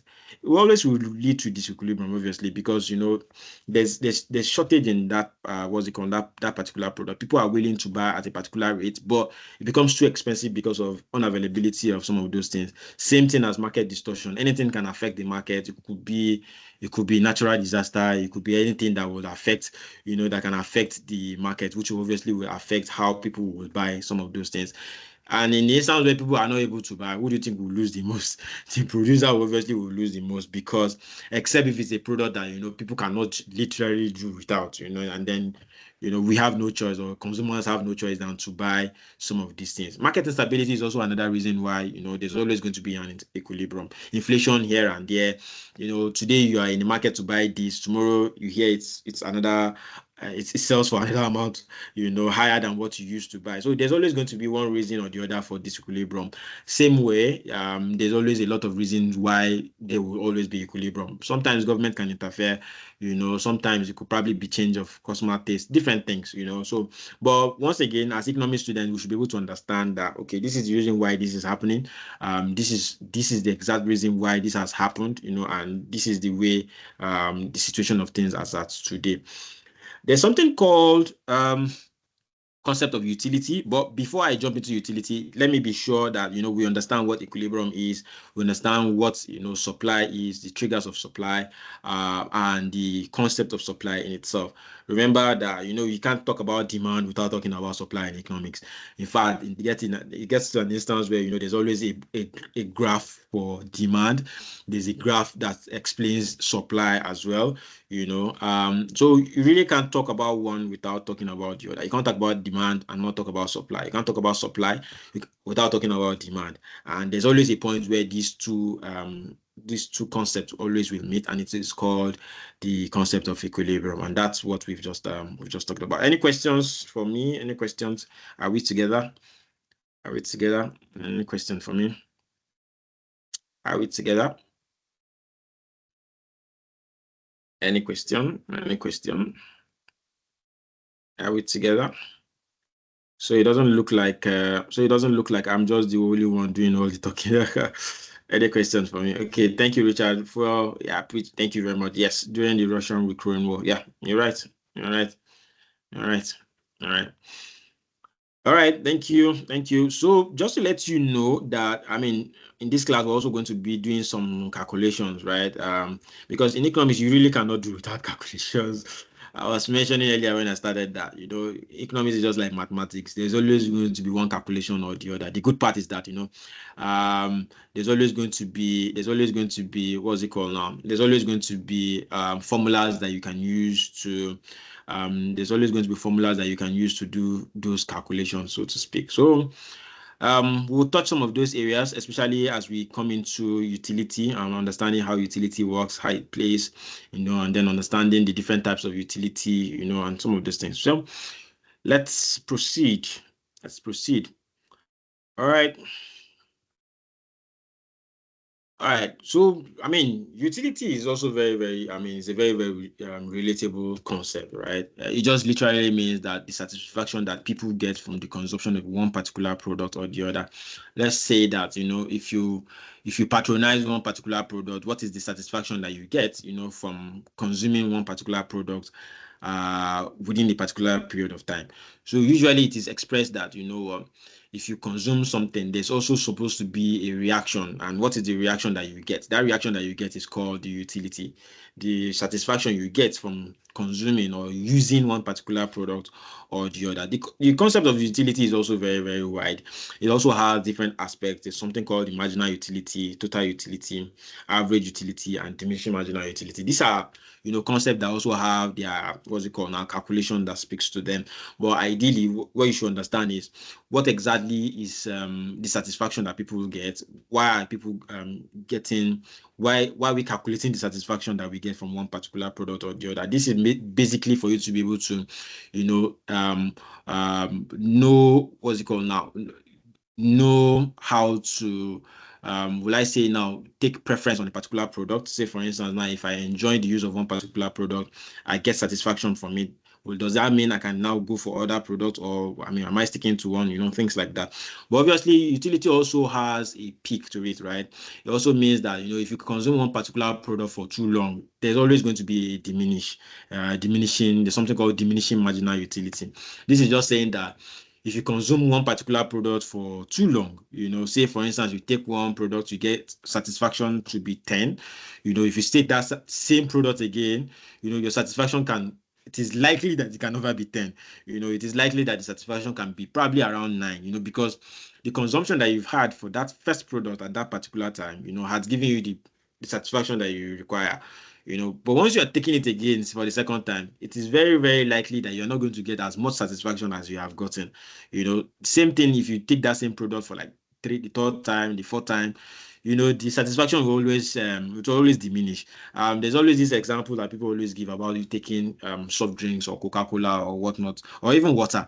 Imagine that you're very, very thirsty and then you end up taking a glass of water. I mean, once you take that the first time, you always will get satisfied, you get refreshed. Taking that glass of water for the second time, you might not get that first reaction or that first satisfaction that you got, because utility has begun to start setting, because diminishing marginal utility have begun to step in because you've started consuming that product beyond the first time that you've tried it. So there are different measures of utility I was mentioning earlier. There's the marginal utility.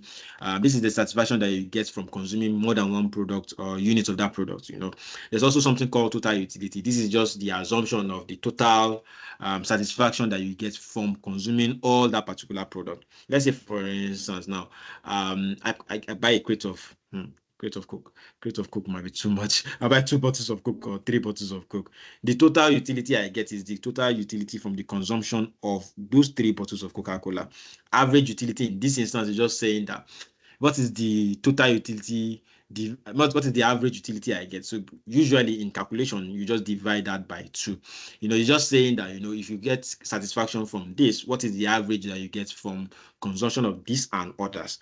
So same thing as the diminishing marginal utility, like I mentioned earlier, is just the satisfaction that you get, from consuming one particular product over and over and over again. I now do not know if this law applies to some of our people who are very, very interested in fashion trends and and things like that. People who buy Louis Vuitton bags, people who buy Gucci products, once they buy those things, do they get tired of buying those things? Do they get tired of buying those? Do they get tired of buying those bags and shoes and things like that? But obviously, I believe they do, because I mean, it gets to the point that if you buy this particular product for too long, you get tired. You have to buy another product just to see or get a taste of what other products will be. The satisfaction will obviously be there, but after a while it starts to fade. It's just like people who buy fast cars. Today you buy, what are the brands of these fast cars again? Today you buy a Porsche, and then tomorrow maybe you buy another Porsche. You can't buy 3 Porsche. You get tired of it, obviously, because you've gotten that satisfaction from the first one that you bought. You got so happy, you got excited, and things like that. But trust me, if you buy the second one, you're never going to get that much satisfaction that you got from the first one. And even if you are getting or buying another Porsche, you most likely will not buy the same brand, the same spec, or model or whatnot that you bought at the first time. So, but the point is, as much as you consume one particular product or as much as you get or consume one particular service as it is, the satisfaction will obviously reduce, because it wouldn't be as be like the satisfaction that you got in the first instance. There are different uses for utility or uses of utility. The idea is for us to be able to know how to allocate resources properly. We understanding how well to be able to understand what is the surplus, what is the satisfaction that people get at this particular period of time.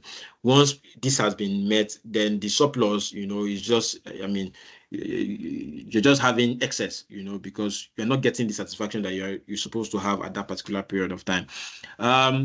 Also, one of the reasons why people study this. It's just for consumer behavior. Just to understand how people think, how people's understanding are. Economics cannot be. You can't study economics without understanding how human interaction is, how people behave to or react to a particular product or the other. And it's really very impossible that you can talk about utility without talking about how people's reaction will be, because you're trying to understand people's reaction, people's how people perceive something after a period of time. So you can't really talk about economics without touching some of these areas. Same thing as pricing and marketing strategies. You understanding that if people consume this particular product over time, what is the alternative? And that's why you realize that people like the Apple of this world, they always will provide one thing or the other. 16 is out today, tomorrow you hear 17. 17 is out today, next tomorrow you hear another one. The idea is because of course, they understand that once you buy one recent, maybe the recent one, after a while you get bored. You get bored because you've gotten the satisfaction that you require. You wouldn't want to buy another iPhone 16, obviously, right? So the next thing you obviously want to buy is maybe another iPhone 17, something that is probably different. However, for us who are not Apple users, we find it difficult to understand where the difference is, between the 16 and 17 or the 16 and 15, even though, they try as much as possible to say it, but then you realize what is really the difference, but point is that, the whole essence of this is for we as economic students to be able to understand, consumers' reaction, even the people who sell, to also understand how human beings react to what they sell, and then we are able to also, adequately allocate resources where required. There's something called elasticity, right? And it's called price elasticity. This is just saying that, how things react, how price changes, while what's it called now? How price changes with how quality how quantity of goods being supplied, right? So price elasticity is just saying that, how does price change when this social product and services is being supplied at the marketplace? How does it affect price? How does people's reaction affect price? Same thing as there's also something called income elasticity. Income elasticity is just saying that how does the income of people affect the goods and services that they buy? Because if you're earning a particular amount of money, it will obviously affect how you buy a particular product for a particular period of time. Same thing as the price as well. The price will determine how you buy a particular product. You don't add, nobody expects you to see that a price of product has changed from so amount to another amount. Let's say, for instance, you buy a product for 10 naira, and then later you realize the price for that product, probably for inflation reasons, price has increased from 10 naira to maybe 20 naira. Obviously, that would affect the reaction of how people will buy that product within that particular period of time. 10 naira is just a random figure, right? You could probably use maybe like a 10,000 naira. If you used to buy a particular perfume for 10,000 naira, will you really buy that perfume again if its price goes for 20,000 naira? So that's how people try to understand the reaction of consumers. If that price of that particular item shifts, will you still buy that particular product? That is what price elasticity is just saying. How do you react? Especially how these things happen. So I was saying that there's going to be a lot of calculation, and this is where we'll have to use our pen and biro and then probably punch the calculations to calculate some of these things. I don't know if we're ready for some of this calculation, but trust me, this is not something that is very, very difficult. This is just we saying that how are we able to calculate the reaction of price, and how are we able to calculate once that change in price has happened, does it really affect how people buy a particular product? And if yes, what is the percentage at which it can buy that particular product? So let's take, for instance, right? Let me take this out. Okay, let me just delete that. Hey, let me do this. All right, please confirm you can still see my screen so that we don't lose a lot of people. There are certain people that are not very good when it comes to calculation, but trust me, this is not something that is difficult at all. This is not something that is difficult. This is something that is, the whole idea with economics is just you being able to understand what the concept is, the formulas as well, and how it is applicable. Can you still see my screen, please, or do I have to change to presentation mode? Can you see Yeah, my screen? I can still see it. Okay. Do I need to change to presentation mode? Because if I do that, I might not be able to type. Can you still see, or do I? Okay, so let me zoom in a bit so that I can. Okay.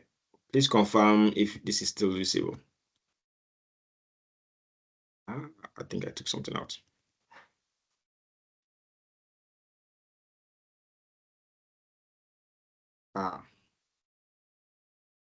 Okay. All right. So usually, right, there's always the formula for calculating price elasticity, right? The formula is percentage change in quantity demanded divided by percentage change in price. This is just the idea for this, right? Is just to be able to calculate consumers' reaction price-wise, and what really is the percentage at which the reaction of that particular consumer has been in the change of price. Once again, it is nothing difficult. It is really not difficult for some of us that are scared when it comes to calculation, and things like that. So let's take for instance this question. It says the quantity demanded of a particular product falls from 80 units to 60 units, right? When the price rises from $10 to $15, calculate the price elasticity. This is very simple because it already has a formula for it. And the whole idea is for you to be able to fix in these figures that you have in the formula. Pretty simple. Very simple. Say, for instance, now the formula says that the formula for price elasticity is percentage change in quantity demanded divided by percentage change in price. And for you to calculate this percentage change in quantity demanded, it's very simple. Just get the new quantity, right? This is the new quantity. This is the old quantity. You take the new quantity minus the old quantity, divide by the old quantity. Very simple. So in this instance, right, you take. I hope I've not lost anybody. Please confirm that you're with me. Confirm that you're not lost. Do you need any clarification anywhere so that we're carrying everybody along, so that we don't find an instance where people are just looking and then wondering what is the magic happening. Are we together, please? Are we together? Are we together? Are we together? Yes, please go please ahead. go ahead. Okay, thank you, Richard. Thank you. I want to also believe this is not okay, let's see. Let's go. All right, so I was explaining, right, that to get the percentage change in the quantity demanded, this is the formula. Percentage change in quantity demanded divided by percentage change in price. To get the percentage change in quantity demanded, what you just have to do is to take the new quantity, subtract it from the old quantity, divide by the old quantity. This is very simple. This is the old quantity, right? This is the new quantity. So you subtract the old, what's it called now? Yeah, subtract the old from the new and then divide by the old value. So what you will now have is, look at this place now. We now have 60 here, right? 60 minus 20 divide by 20. I don't know if anybody has a calculator with them. You can punch this in your calculator. 60, right, minus 80 divide by 80. Remember, we're trying to calculate the change in quantity demanded. And to get the change in quantity demanded, you just take out new quantity minus the old quantity, divide by the old quantity, multiply by 100, right? So old what's it called now? New quantity 60 minus 80. Excuse me, sir. This is it. Yes, please. Please, why are we dividing by the old quantity? So that's the formula. That's how it works. That's economics has actually works with formula, just like mathematics, right? There's always a formula to calculate certain things, and that's how the formula is. You always will subtract the old from the new. Remember, you're trying to find out what is the difference, right? You're trying to find out the difference and then divide it by the old quantity. You were saying something? Okay, because I'm looking at the formula. The formula said percentage change in quantity demanded. So I was looking at getting the change would be just minusing the new quantity. So that will take you to, that will give you a wrong value. So remember that what you are trying to do is you first of all get the change in the quantity, and then before getting the change in the price.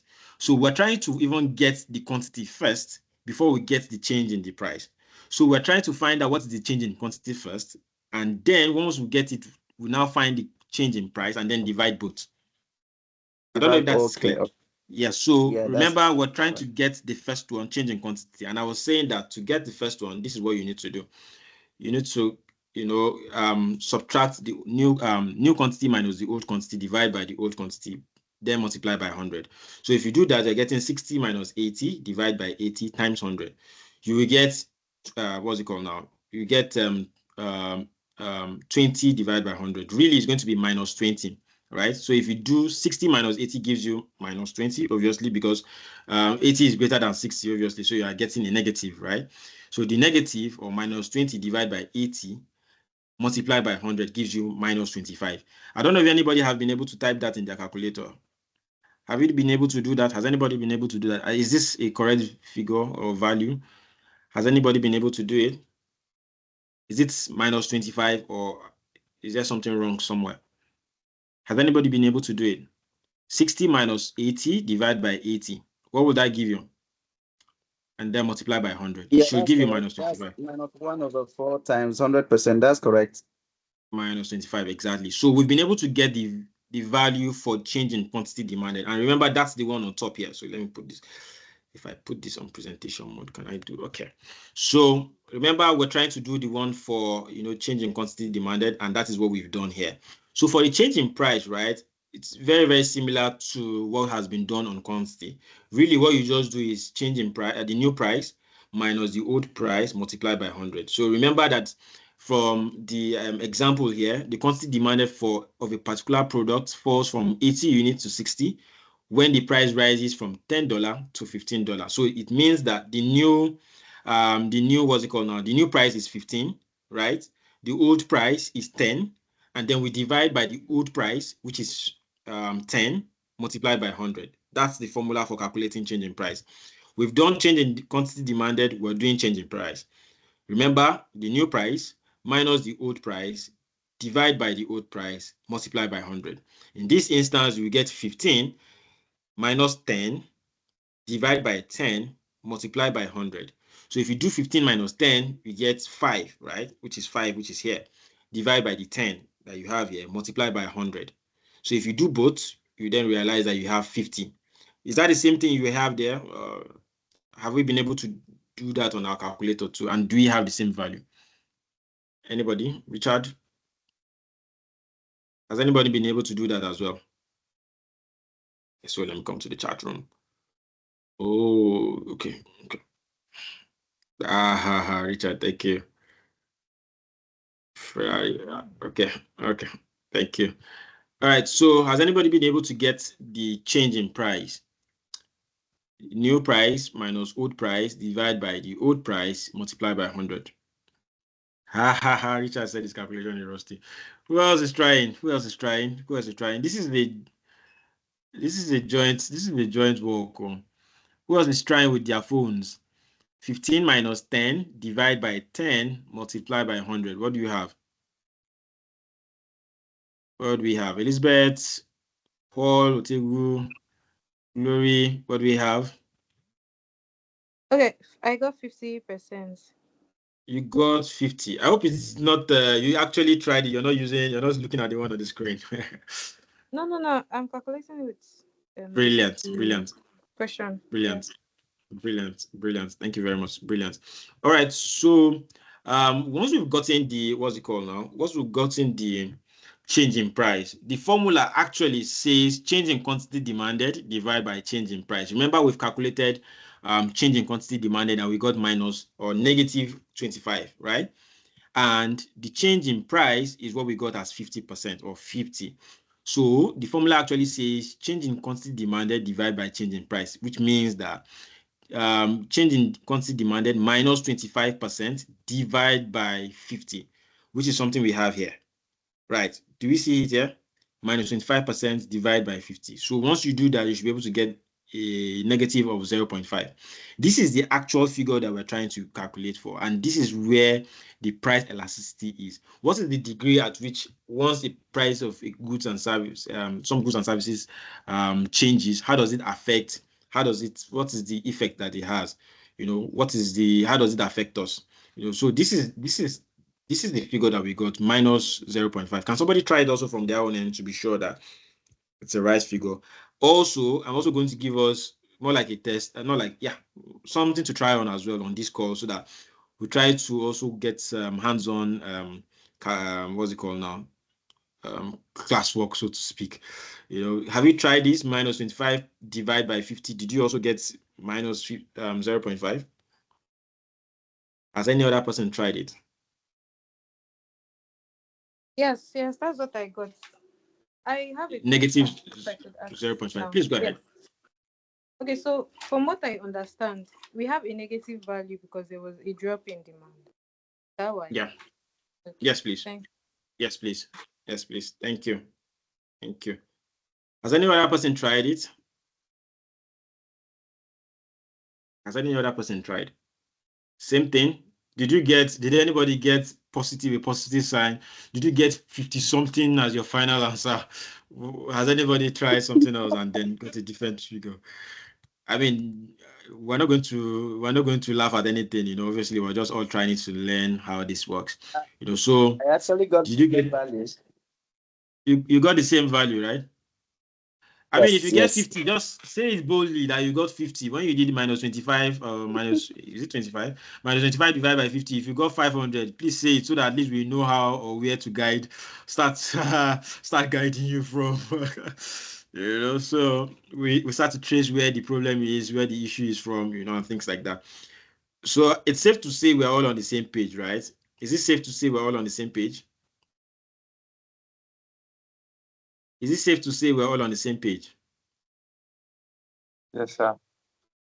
Okay. Yes, we are. Okay, awesome. So let me give us something to try. So that we could test our minds, so to speak. Give me a second. I'll share my screen shortly. Very, very similar to what we've done a few minutes ago. So I want to believe that this is something that I know everybody can try, put their hands on. So can we see this? Let's try this. Let's try this on our own. It's just the same applicability of the same formula, right? Change in quantity demanded divided by change in price. Is my screen on presentation mode? Okay, it is. All right, similar to what we did earlier, right? Change in quantity demanded divided by change in price. How do you calculate it? What would you do? What's the first thing you should do? Can anybody calculate it and tell us what their final answer is? Similar approach, right? Similar approach. Change in quantity divided by change in price. And to calculate change in quantity is new quantity minus old quantity divided by old quantity, blah, blah, blah, like that. Please don't use the figure here because it's the figure from the last exercise we had. So if you're using it, you probably will be getting a wrong figure value. But remember that the exercise you're supposed to do is this one that says the quantity demanded of a product falls from 120 units to 80 units. When the price rises from $20 to $30, calculate the price elasticity of demand. Let me take this one out so that oh shoot. Excuse me. Okay. Can anybody try it and tell us what you got as? First, tell us what you got as the change in quantity demanded, the answer for change in quantity demanded. What did you get? The answer in change in quantity demanded. What did you get? Anybody? You can put your answers in the chat room. Yeah, I got minus 50, sir. Minus 50, Richard. Okay, let's hear from somebody else. Minus 50. Okay. Any other person? What did we get? Some other person? Where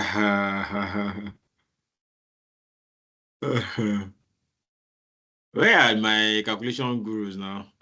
There are some people that they said they don't even need to use calculator to calculate some of these things. Their brain is already, they're already like the Emmanuel Akanjis. They are very, very good when it comes to calculations, multiplications, additions, things like that. All right. I'm waiting for more answers. More answers. More answers. Where is Glory? I know I'm sure she's good with calculations too. Okay. I got minus 50, 50, and then minus 1. So the minus 50 is for which one? Change in quantity or change in price? Change the quantity demanded. And then 50 for Okay.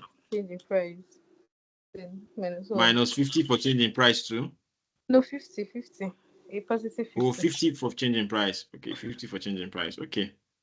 Yes.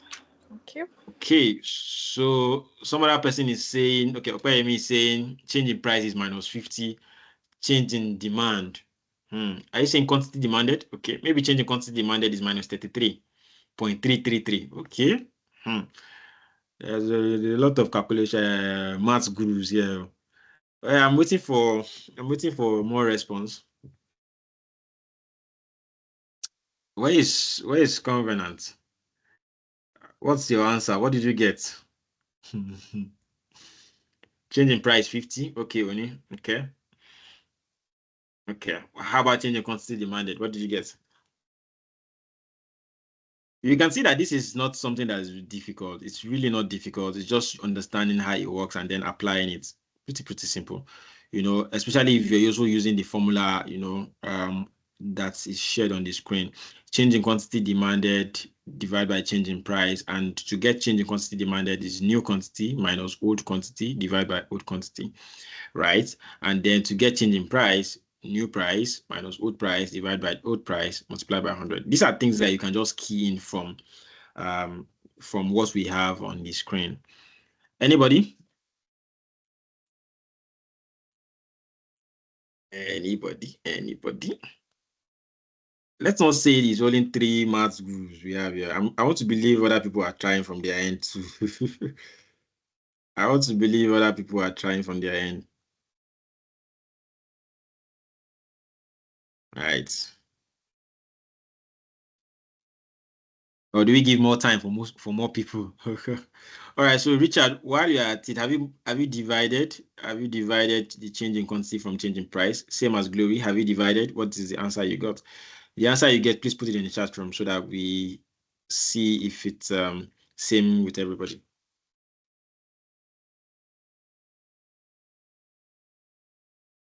Are we together? So I didn't catch that question very well. No, I was saying that have you divided change in quantity from change in price, like your minus 50, have you divided from the change in price that you got? And if you did, what is the answer that you got? You can put the answer in the chat room so that, we can also look at the final answer. I didn't get the second one. I'm confused with the demand part, so I was struggling with that.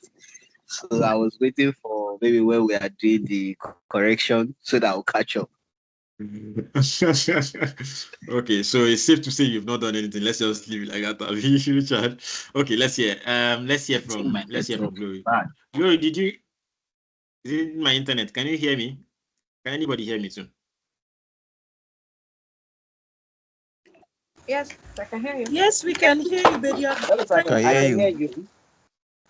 Okay, all right, thank you very much. So I want to believe it's Richard's internet then, right? So can you put your answer in the chat room? My network is bad. I've actually dropped my answer in the chat box. Oh, okay. So was it the final answer, the one after dividing quantity demanded from price? Yes, that's my final answer. Oh, okay. Awesome then. Awesome. No problem. Let's wait to see other people's answer. Please, if you are getting something far from regular figures, let's say if you're getting something like 5,000 or something, then there's problem somewhere. There's problem somewhere. I remember there was one time where there's this saying that if you're in the exam hall and then once you're out of the exam, after writing the exams, maybe probably like a mathematics exams, and then when people come outside of the hall and then they say that, I think that the answer to this question is 50. Everybody's saying the answer is 50. People are saying 60. And then you realize that the answer you got is around 500. You start to wonder, where did I get 500 from? Where did I get 500 from? Or maybe you got 5,000 and everybody is saying their own answer is 10, is 70. start wondering, where did I get 5,000 from? But the point is, at least let us know so that, we are able to also guide you. We're also able to guide you appropriately. So we're giving 2 more minutes for people who are also trying from their own end so that, we're able to also, all align as we proceed. So 20. How you doing? His light's not disturbing this side. Why was Your light is okay. STEM is on. So Yes. can you please mute your mic? Like That? this way.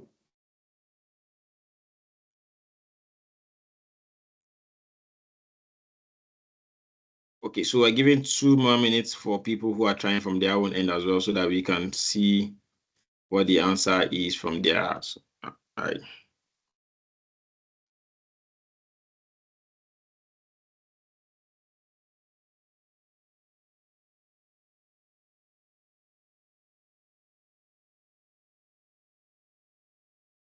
Okay. All right. So let me come to the chat room to see. Okay. Minus 6.7, minus 6. Okay. There's a lot of, we have so many gurus here. Richard. Me, okay. Honey, okay. Elizabeth, nice. Covenant, okay. Okay. Okay, me, okay. All right, thanks. Thank you. Thank you. All right, so let's try it together. Let's try it together. Let's try it together. Where's my screen? All right, so let me put this on presentation mode. Right, so to calculate this, right, it's very, very similar to what we did earlier. Pretty simple. It's just for you to understand what the new price is. Understand what the formula actually is: changing quantity divided by changing price. And then you now put in these figures or these values within the areas that is that they are meant to be, right? So to get change in quantity, obviously you need to get the new quantity minus old quantity divided by old quantity. So in this instance, the new quantity here will be 80, right? Minus the new quantity, the old quantity rather, which is 120, right? Divide by 120, multiply by 100, right? So 80 minus 120 obviously will give you negative, since the new quantity is lesser than the old quantity. So you now have minus 40 divided by 120, right? Multiply by 100, and then you get minus 33.3. Is that what everybody has done? Or is that what we got? Is that what we got? All right. So for changing price, right? For changing price, what you will now also do is to take the new price minus the old price, divide by the old price. In this instance, what is the new price? The new price is 30, right? The old price is 20. Oh, you can't see my screen. Are you serious? Oh, okay. Give me a second. Oh, apologies. Thank you. Thank you for that. I do not know why it stopped sharing. Okay, please, can you see my screen now? Can anybody see my screen, please? Yes, sir. It's perfect now. Okay, thank you very much. Thank you. I thought the screen was sharing earlier. I don't know why. I don't know how it stopped sharing. All right, so let me take it up again from beginning. The question says the quantity demanded of a product falls from 120 units to 80 units when the price rises from $20 to $30. Calculate the price elasticity of demand. Similar to the last one, change in quantity divided by change in price. And then to calculate change in quantity, what you now need to do is to take the new quantity minus the old quantity divided by old quantity. So in this instance, the new quantity will be what? 80, right? 80 here minus 120, which is the new, which is the old quantity, divide by 120, which is also the old quantity, multiply by 100. So in this instance, what you will now have is minus 40, because 80 is obviously lesser than 120, right? And then if you take it out, you get a negative sign. So 40 or minus 40 divided by 120 multiplied by 100 will give you minus 33.3, right? And that's the value for change in quantity. The one for change in price, obviously, you also take the new price minus the old price, divide by the old price, multiplied by 100. So in this instance, the new price is $30 right? From this question, the new price is $30 minus $20 divided by 20 multiplied by 100, right? So 30 minus 20, we have 10 divided by 20. I hope this is not looking like a magic for some of us. Are we following? Is this understandable? Is this going? I hope it's not looking like as some people will say film trick. It's not looking like film trick. So for some people, are we following? Are we following, please? Do you have questions so far? Are we following? Do you have questions? Is it looking too tricky?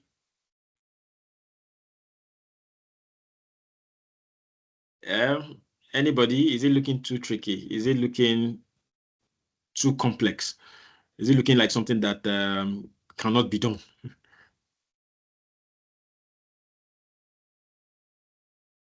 Nobody's saying anything. Is it okay?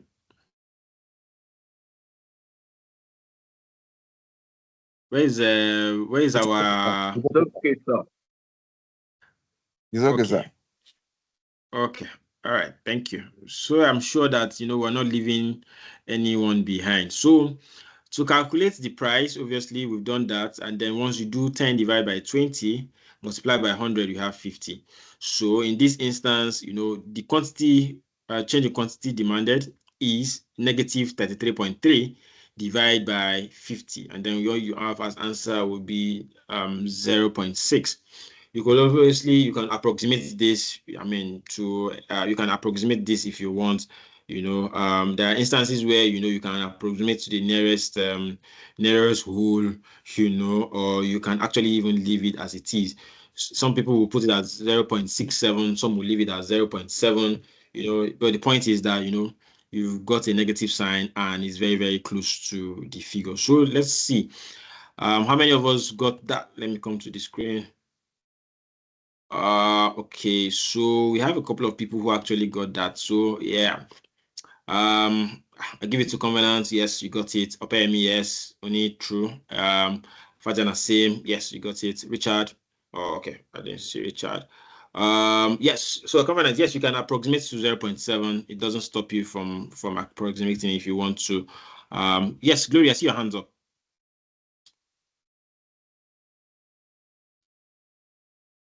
Oh, Sorry, okay. sir, I I can't thought you see wanted your to say something. screen. You can see my I don't know screen if it's again? being projected. Yes, I can't see anything. Okay. Can anybody see my screen though? If no, then I have to share again. Can anybody see Yes, my I can see screen? your screen. Okay. Okay. So Glory, would you want to go off and come back? Or hold on. Let me stop sharing and share again and let me know if you can see it. Let me stop sharing. And then share again. All right, Glory, let me know if you can see the screen. I'm sharing again. Yes, you can see your Yes, I screen. can now. You can now, right? Okay, that's fine. Solves the problem then. Solves it. So yeah, guys, ladies and gentlemen, this is how we get or calculate the price elasticity of demand. It's really, really it's nothing difficult. It's not something that is beyond what we can do. It's just simple logic, putting right figures within the formula, and then we're able to get the required answer. So let's proceed. Let's go ahead. Let's go ahead. So we've done some calculation on price elasticity. Same thing as income elasticity. It also has its own calculation as well. So we'll have to touch that too. And then, yeah, let's see how far we can go with that as well. All right. Okay, so let me put it on presentation mode. I was speaking about this earlier, and I was saying that this is also very, very similar to price elasticity. It really just speaks about how the reaction of people once their income increased. So it now depends if their income increase, does it affect the quantity of goods and services that they buy or that they get? This also has its own. It also has its own formula. It also has different categories of elasticity. There's positive, there's negative, there's zero. Usually, some how you calculate positive income elasticity is when you have when it's greater than 0, then you have, the way we calculated the one earlier. If you have a figure that is greater than 0, then you have a positive income elasticity. If you have a figure that is lesser than 0, then you have a negative income elasticity. Also, 0 elasticity is when you now have the figure being 0 exactly. So income elasticity is very, very similar to price. The only difference that, for price, you're calculating to know the difference or the degree of people's reaction when it comes to price. In this instance, you're trying to see the degree of people's reaction when it comes to income. Same thing as the formula for price elasticity of demand. It also has its calculation, percentage change in quantity demanded divided by the percentage change in income. In this instance, I'm also going to take out these whole answers, and then I'm expecting people to calculate this. So let me stop sharing so that we all can calculate it. I want to believe that we already have Einstein's already on the call. So some people do not even need to punch their calculators to be able to get the answers for these things, right? So what I'm going to do is I'm going to just put in the formula, somebody else calculate it, and then somebody walk us through how they got the answers. I think that is what we're going to do. So give me a second. Let me just put in the formula, and then somebody calculate this and gives us the answer. Right. Give me a second. It's very, very similar to what we did earlier. The only difference is that this is income. The other one was price. So let me do this. Okay, let me share my screen now. So I know we have about 10 maths gurus on the call. About 10 maths gurus on the call. So I'm expecting an answer shortly. All right, so kindly confirm if you can see my screen now. Is my screen visible? Is my screen visible? Yes, it is. Okay, so can we do this? Can we calculate the income elasticity? Similar approach to the one for price elasticity. Similar approach.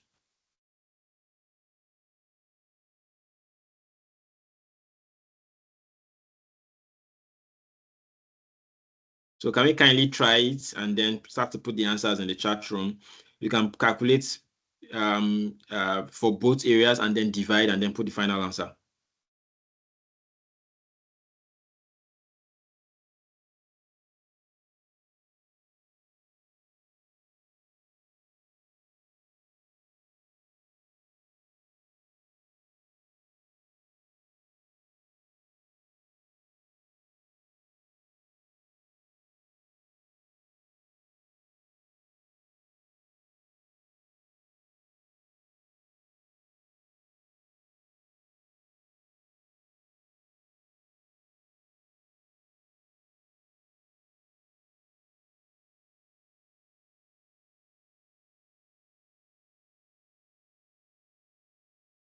I want to believe answers are already dropping in the chat room. So let me go see. Let me go and take a look. We can't see, please. Jonathan, can you still see the screen now? Jonathan, can you see the screen now? Or do I stop sharing and share again? Kindly confirm. Hi, Jonathan.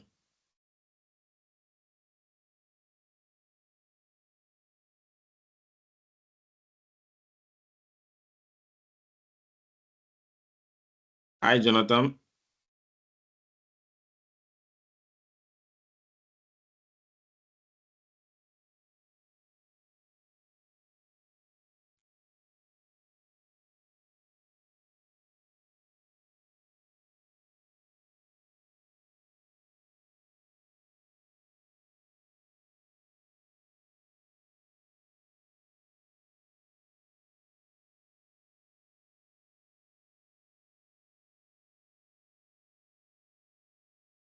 I want to believe everybody can see the screen though. So I don't have to stop sharing and share again.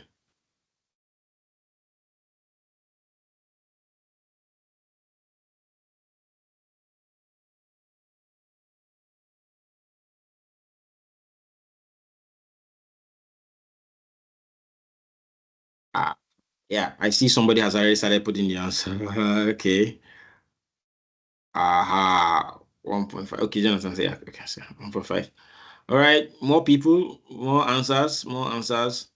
Please, if you see that you're already getting answer like 15,000, you know that there's a problem somewhere. You know, there's a problem somewhere. If you see that your answer is going around 5,000 or 10,000 and you're seeing multiple zeros, then you know there's a problem somewhere. All right, more answers, please, so that we're sure that these guys are not giving us a wrong figure. Where is Glory? Where is Richard? Richard, have you tried something too? Covenant, I'm yet to see your answer. Jarius, I'm yet to see yours too. Okay. Elizabeth, yeah, yet to see yours. I've not heard from Otegu Paul. Okay. I'm yet to see your answers too. Okay, it's like it says like I can't access the chat box. So there's something wrong Oh, on my really? end. Yes, I think it's Really? from me. Oh, But okay. So I don't think it I got 1%. I don't know if that's correct. one. Okay, so I'm just going to note yours down to 1. That's fine. Okay, thank you. But I don't think the chat box is restricted though. I think I'm already seeing people having access to it, so I don't think, maybe it's probably your internet too. Might be.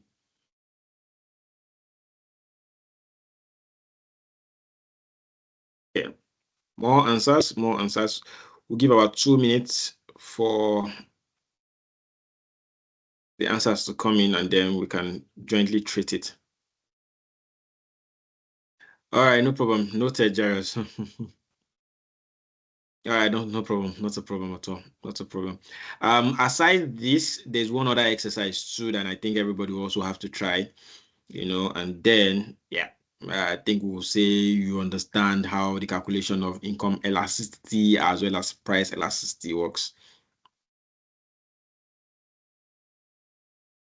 So we're giving 2 minutes for people to put in the answers. Okay, right now I only have answers for 2 people, Oni and Jonathan. Okay. Yeah.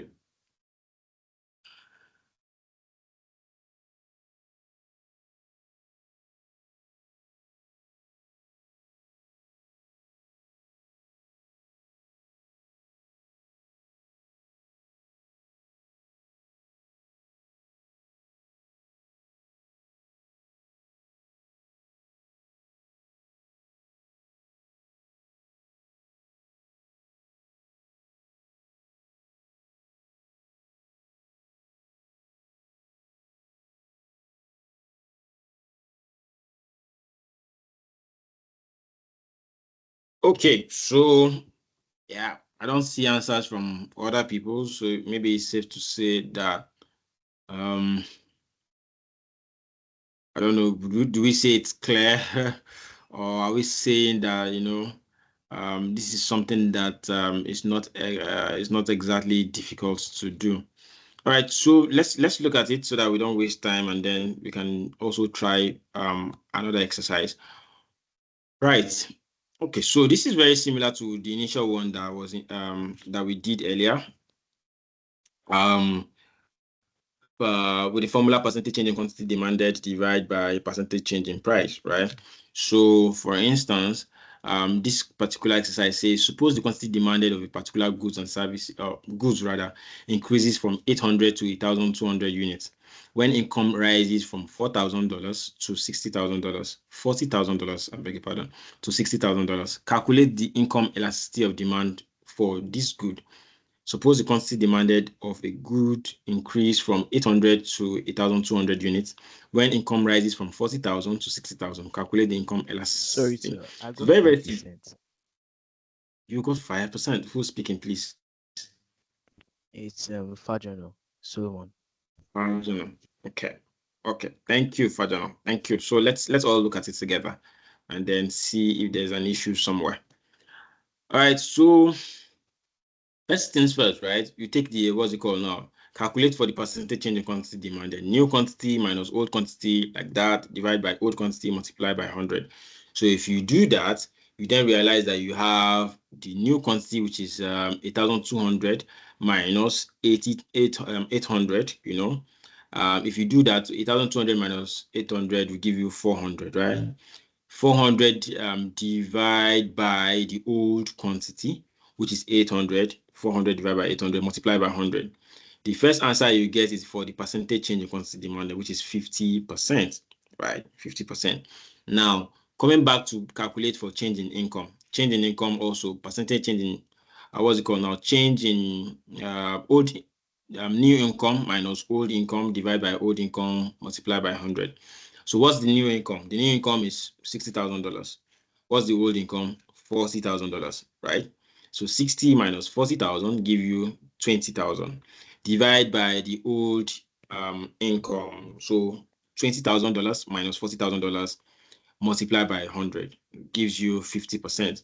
So if you have 50%, which is the percentage change in quantity demanded, and then you have also 50%, which is the percentage change in price.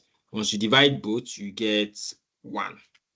So for those of us who got 150 divided by 50 will give you 50 divided by 50. If you punch your calculator, will give you 1. Right. So in the instance where you got maybe 5, you got 7, there's a likelihood that you probably put the wrong figure somewhere. So for instance, look at the ones that is most confusing is especially these areas where you are putting the new and the old. There is an instance where you probably put the old before the new, or you put you put the old before the new. Obviously, the figure that you will get might be wrong. So I advise that you probably look at the figures again and then put the right ones in the right places, and then I'm sure that you're able to get the final answer, which is 1. So for this particular exercise, 50% is percentage change in quantity demanded, divided by another 50%, which is percentage change in income, and if you divide both, you get 1. Also, one other mistake that people do is that once they've calculated for instance, now when calculating percentage change in quantity demanded, once they've calculated 400 divided by 800 multiplied by 100, if they get the 50, they multiply 50 by 100 again, as in percentage, and that's wrong, because what you're trying to do is to calculate percentage. This 100 that is here is already the percentage. So once you get the answer, you're not supposed to multiply by 100 again or put a percentage on your calculator again for it to give you a figure. So sometimes that brings some errors, and then you end up getting a wrong figure. So multiplying by this 100 already is multiplying by the percentage. So you really do not need to add anything to it. You really do not need to add anything to it. So let me give one more exercise, and then we would call it wraps when it comes to income elasticity and demand. Income elasticity. So let me give us one more to try, and then can call it. Okay. Okay.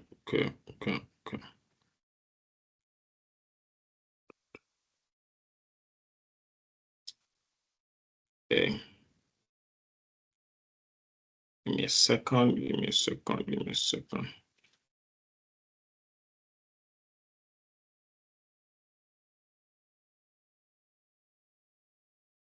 Okay, so let me share my screen now.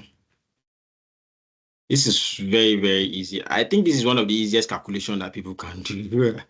I believe this is one of the easiest, because the formula is already there. You're just putting it, you're just imputing it, and you're just substituting. Okay, thank you, Covenant. Thank you very much. Got your message. All right, let me share my screen. All right, this is also very, very simple, right? Please let me know if you can see my screen. Is my screen visible? This is one other one we can try. Is my screen visible, please? Yes, sir. Yes. Okay, thank you. So one last try. Let's try again. Thank you. One last try. Let's try this last exercise. One last try.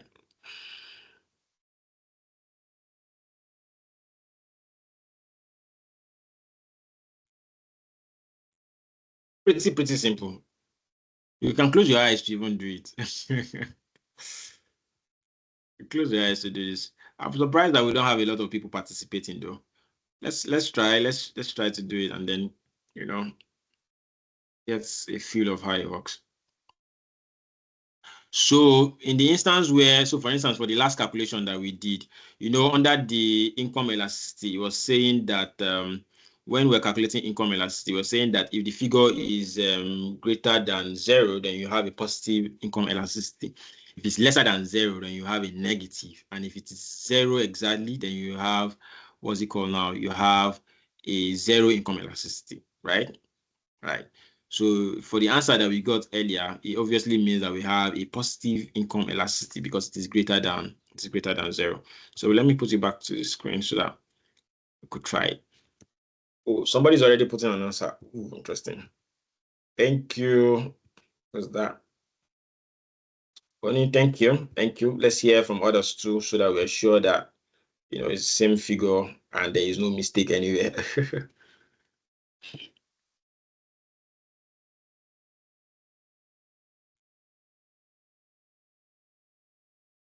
Can we get response from others too? Pajana, I hope it's clear and you've been able to see where the error is on the last one that you tried. Did you finally see where the error was?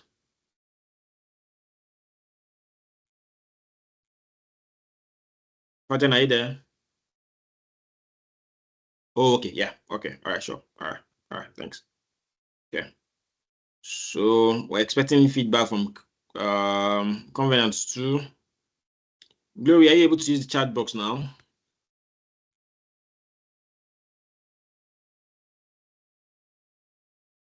Is Glory still here?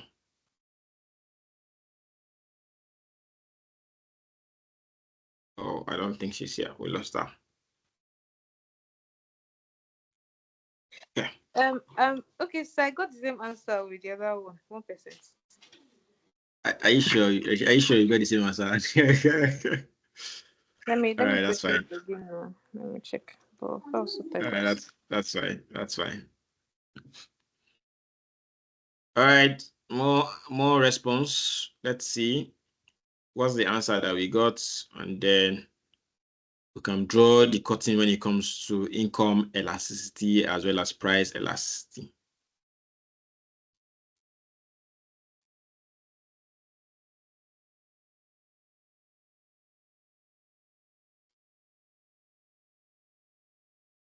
Jonathan, thank you. Thank you.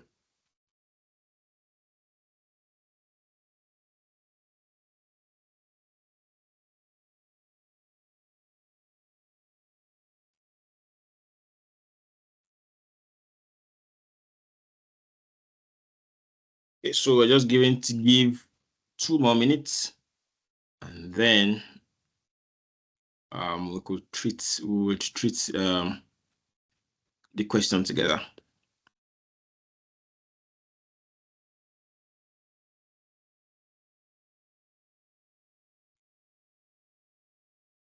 Thank you. Thank you. Nobody's getting 5,000. Nobody's getting 6,000 or 10,000.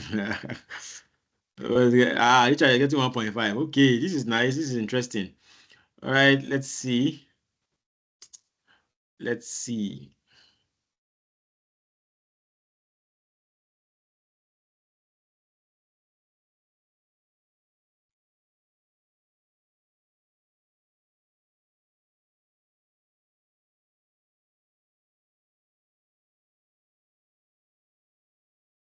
All right. 1 more minute. Let's see. Who else is trying? Who else is trying?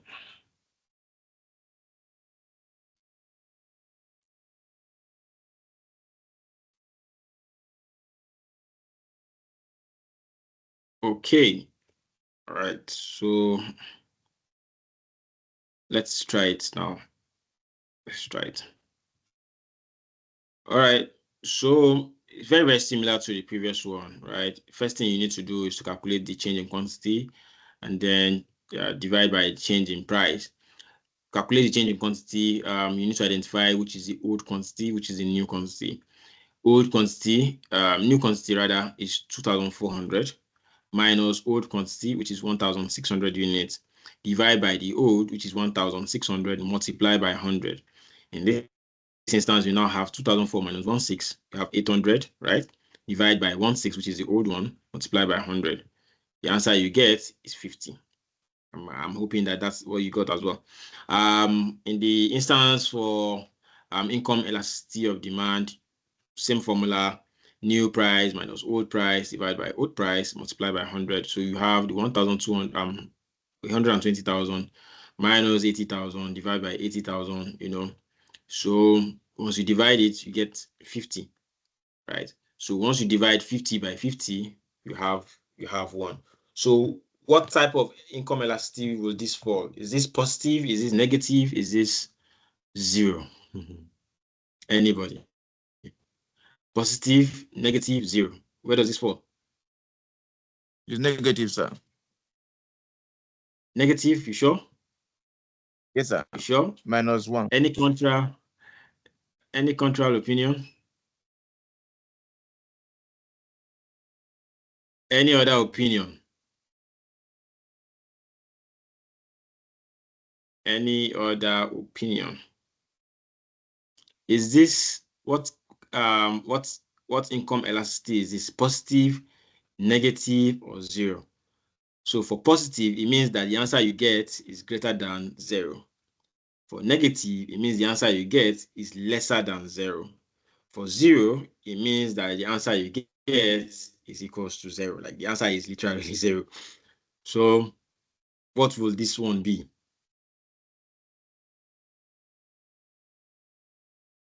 What will this one be? Thank you.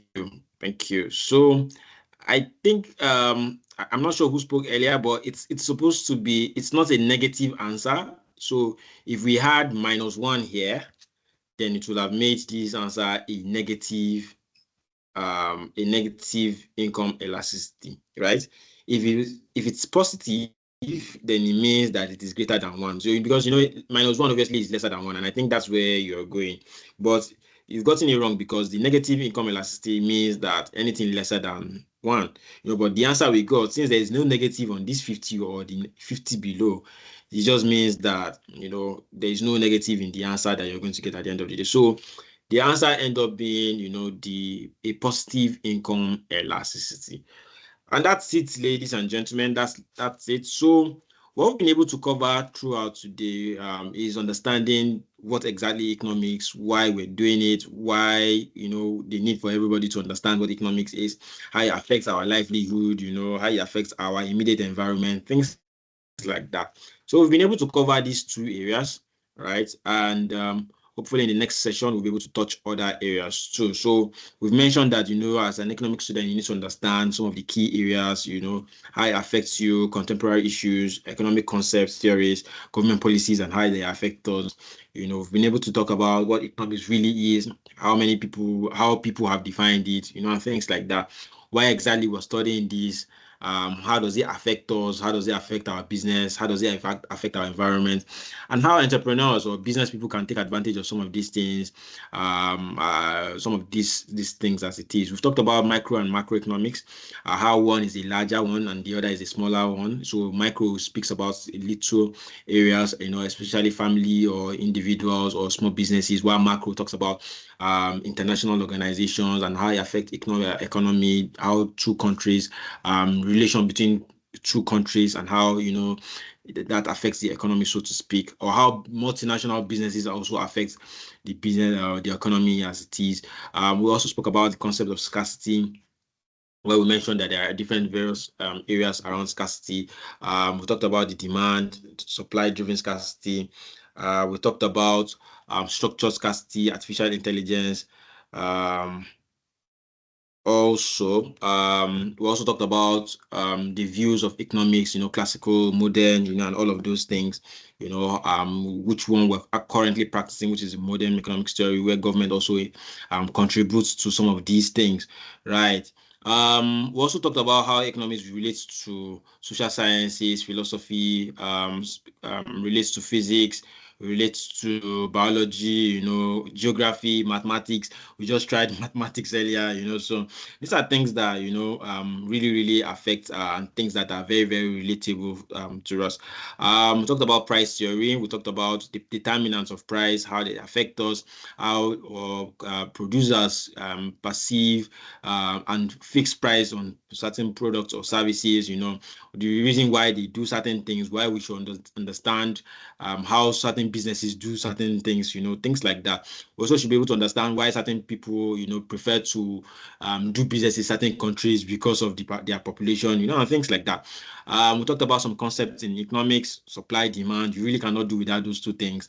Talk about market structures, type of markets, things like that, price controls, how governments, subsidize certain goods. Sometimes, they tell you that you should not sell beyond so amount or sell below so amount, like that.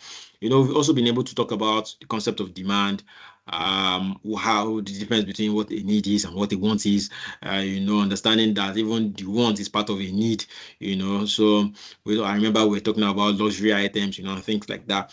Also talked about some of the components, in demand, and the concept of demand. You need to be willing to pay. You need to be also, price sensitivity also affects how people demand for certain products. The shift in certain things also affects certain demands. So, triggers of demand, we talked about digital economy, digital technology and e-commerce, how it affected it, how, globalization has also affected demand, and things like that. So we also talked about the importance of demand. We talked about allocation of resources, revenue generation, forecasting. We talked about a lot of things and why people are, you need to forecast the demand for a particular product, and then you being able to know the expected revenue at the end of the day. These are things that, happens on a day-to-day, and then we're able to see how it works. Concept of supply, law of supply, shift in supply, why producer behavior also affects supply. Some of the factors influencing supply, we talked about that as well. Could be cost of producing some of those items. We also mentioned that you can't do any of those things without mentioning the 5 M's, demand, the material, the money, the methods, the machines. You really cannot do without all of those things. And then you also knowing that doing those things, you need to factor what they call it, what's it called now? Factors of production. You need to factor the land, labor, entrepreneur, all of those things, and their related rewards. So for land, the reward is obviously wage, is obviously rent. For labor, wage, right? For entrepreneur, obviously it's profit.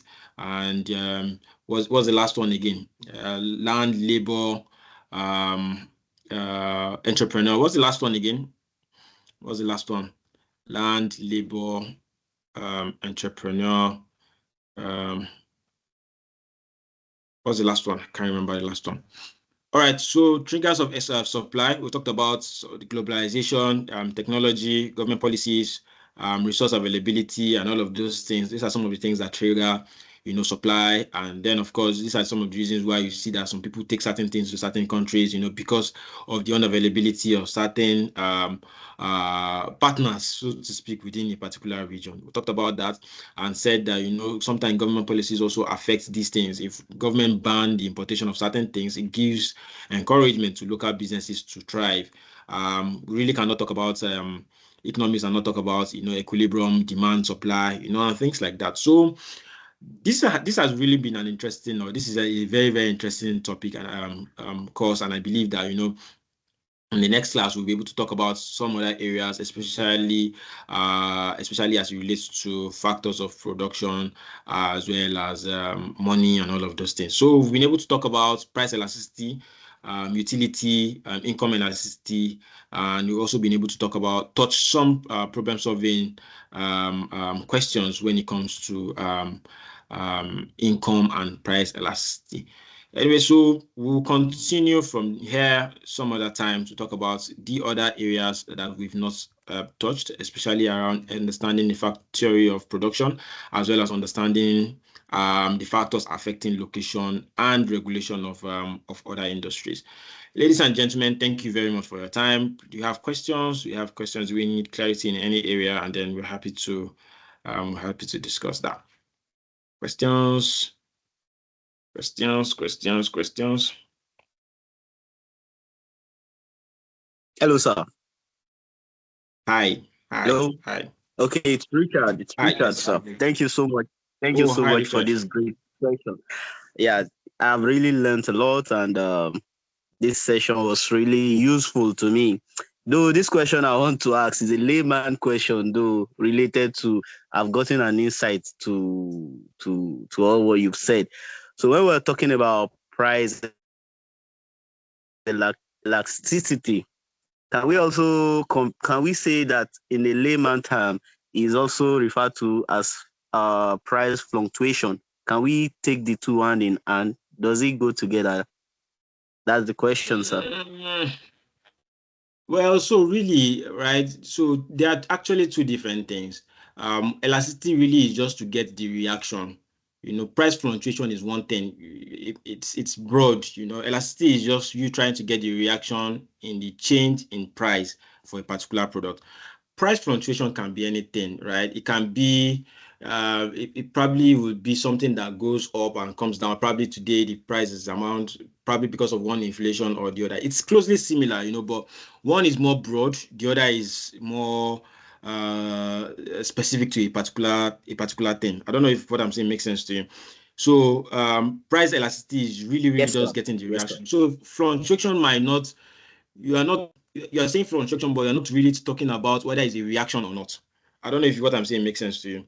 But price Yeah, elasticity is more perfect. particular about the reaction of people when it comes to price and how it affects them. Fluctuation, yes, it happens, but does it really affect people? Yes, I understand it affects people, but the end goal, you're not saying it if you're trying to find out if it affects people or not. So one is more specific, one is just broad. Right. Thank you so much, sir. Thank you so very much for the answer. Thank Appreciate. you. Thank you also, Okpayemi. Yes, the last one is capital. I was trying to remember it, skipped my head. And the reward for capital will be what? Will be interest, right? That'll be interest. Yeah, that'll be interest. So if land is what's it called now? Land is rent, right? Labor is wage, right? Right. And capital is interest. Entrepreneur is what? Is profit. Yeah. All right. Questions, please. Questions before I hand over to Messi. Questions, please. Questions. Hopefully, in the next class, we will also touch. I'm sure. Okay. Let's see. I'll find out if it's. Yeah. You're right, Fajana. Thank you. The word for capital is interest. Yes. Thank you. So I'm not sure if the next class will have calculations, but let's see. And of course, there are also test areas, classwork that we also will share with participants on this course. So we'll make that available as well. We'll make that available during the next class. Questions, please. Questions.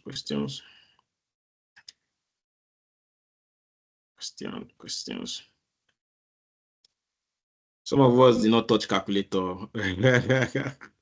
Some of us use their head for calculations. People like the Glories and the Richards of the world. All right. Thank you very much, everybody. Thank you. I hand over to Messi now. Thank you very much, everybody, for your time. Truly appreciate discussing this with us all. Thank you very All much. right. Messi, over to you. Okay. Thank you so much, Hafiz. Please, a round of applause to our trainer for today.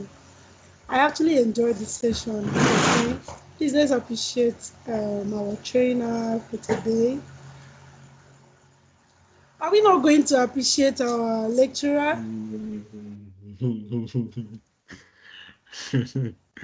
Thank This you. is Thank you serious. very much. Hafiz, Thank thank you so you. much for No, that they are expository. reacting, but not in the chat room. So I'm seeing their reactions. Thank you very much, everybody. Thank you. Okay, maybe it's my network. Thank you so much, everybody. I believe you all had value for your time. It's been a wonderful time with Hafiz. Okay, so I made a mistake earlier when I said it was called, the course code was BMI 114. So I actually corrected it on the chat box. It is BMI 114. 113 Principles of Economics 1. So we are going to be having him again some other time. Maybe in 2 weeks' time, we are going to be having him in the class again. Thank you so much, everybody. And I believe you have all filled up the attendance. And also, we indulge everybody, please fill up the feedback forms. We want to hear your sincere feedback on today's class, all right, so that we can improve on them. And if you're on this call today, an assignment was given in the last class. Please do well to submit your assignment, okay? Thank you so much, everyone. Please, if you have any issue, do well to always chat me up, and I will always be there to give response to your inquiries, all right? Thank you so much once again. Please follow us on all of our social media handles on Facebook, LinkedIn, Twitter, known as X. Like our page, comment. We need your engagement on all of our social media handles. Thank you so much, everybody, for having us today. We are going to be calling it a day. Do have a very beautiful weekend, and bye for now.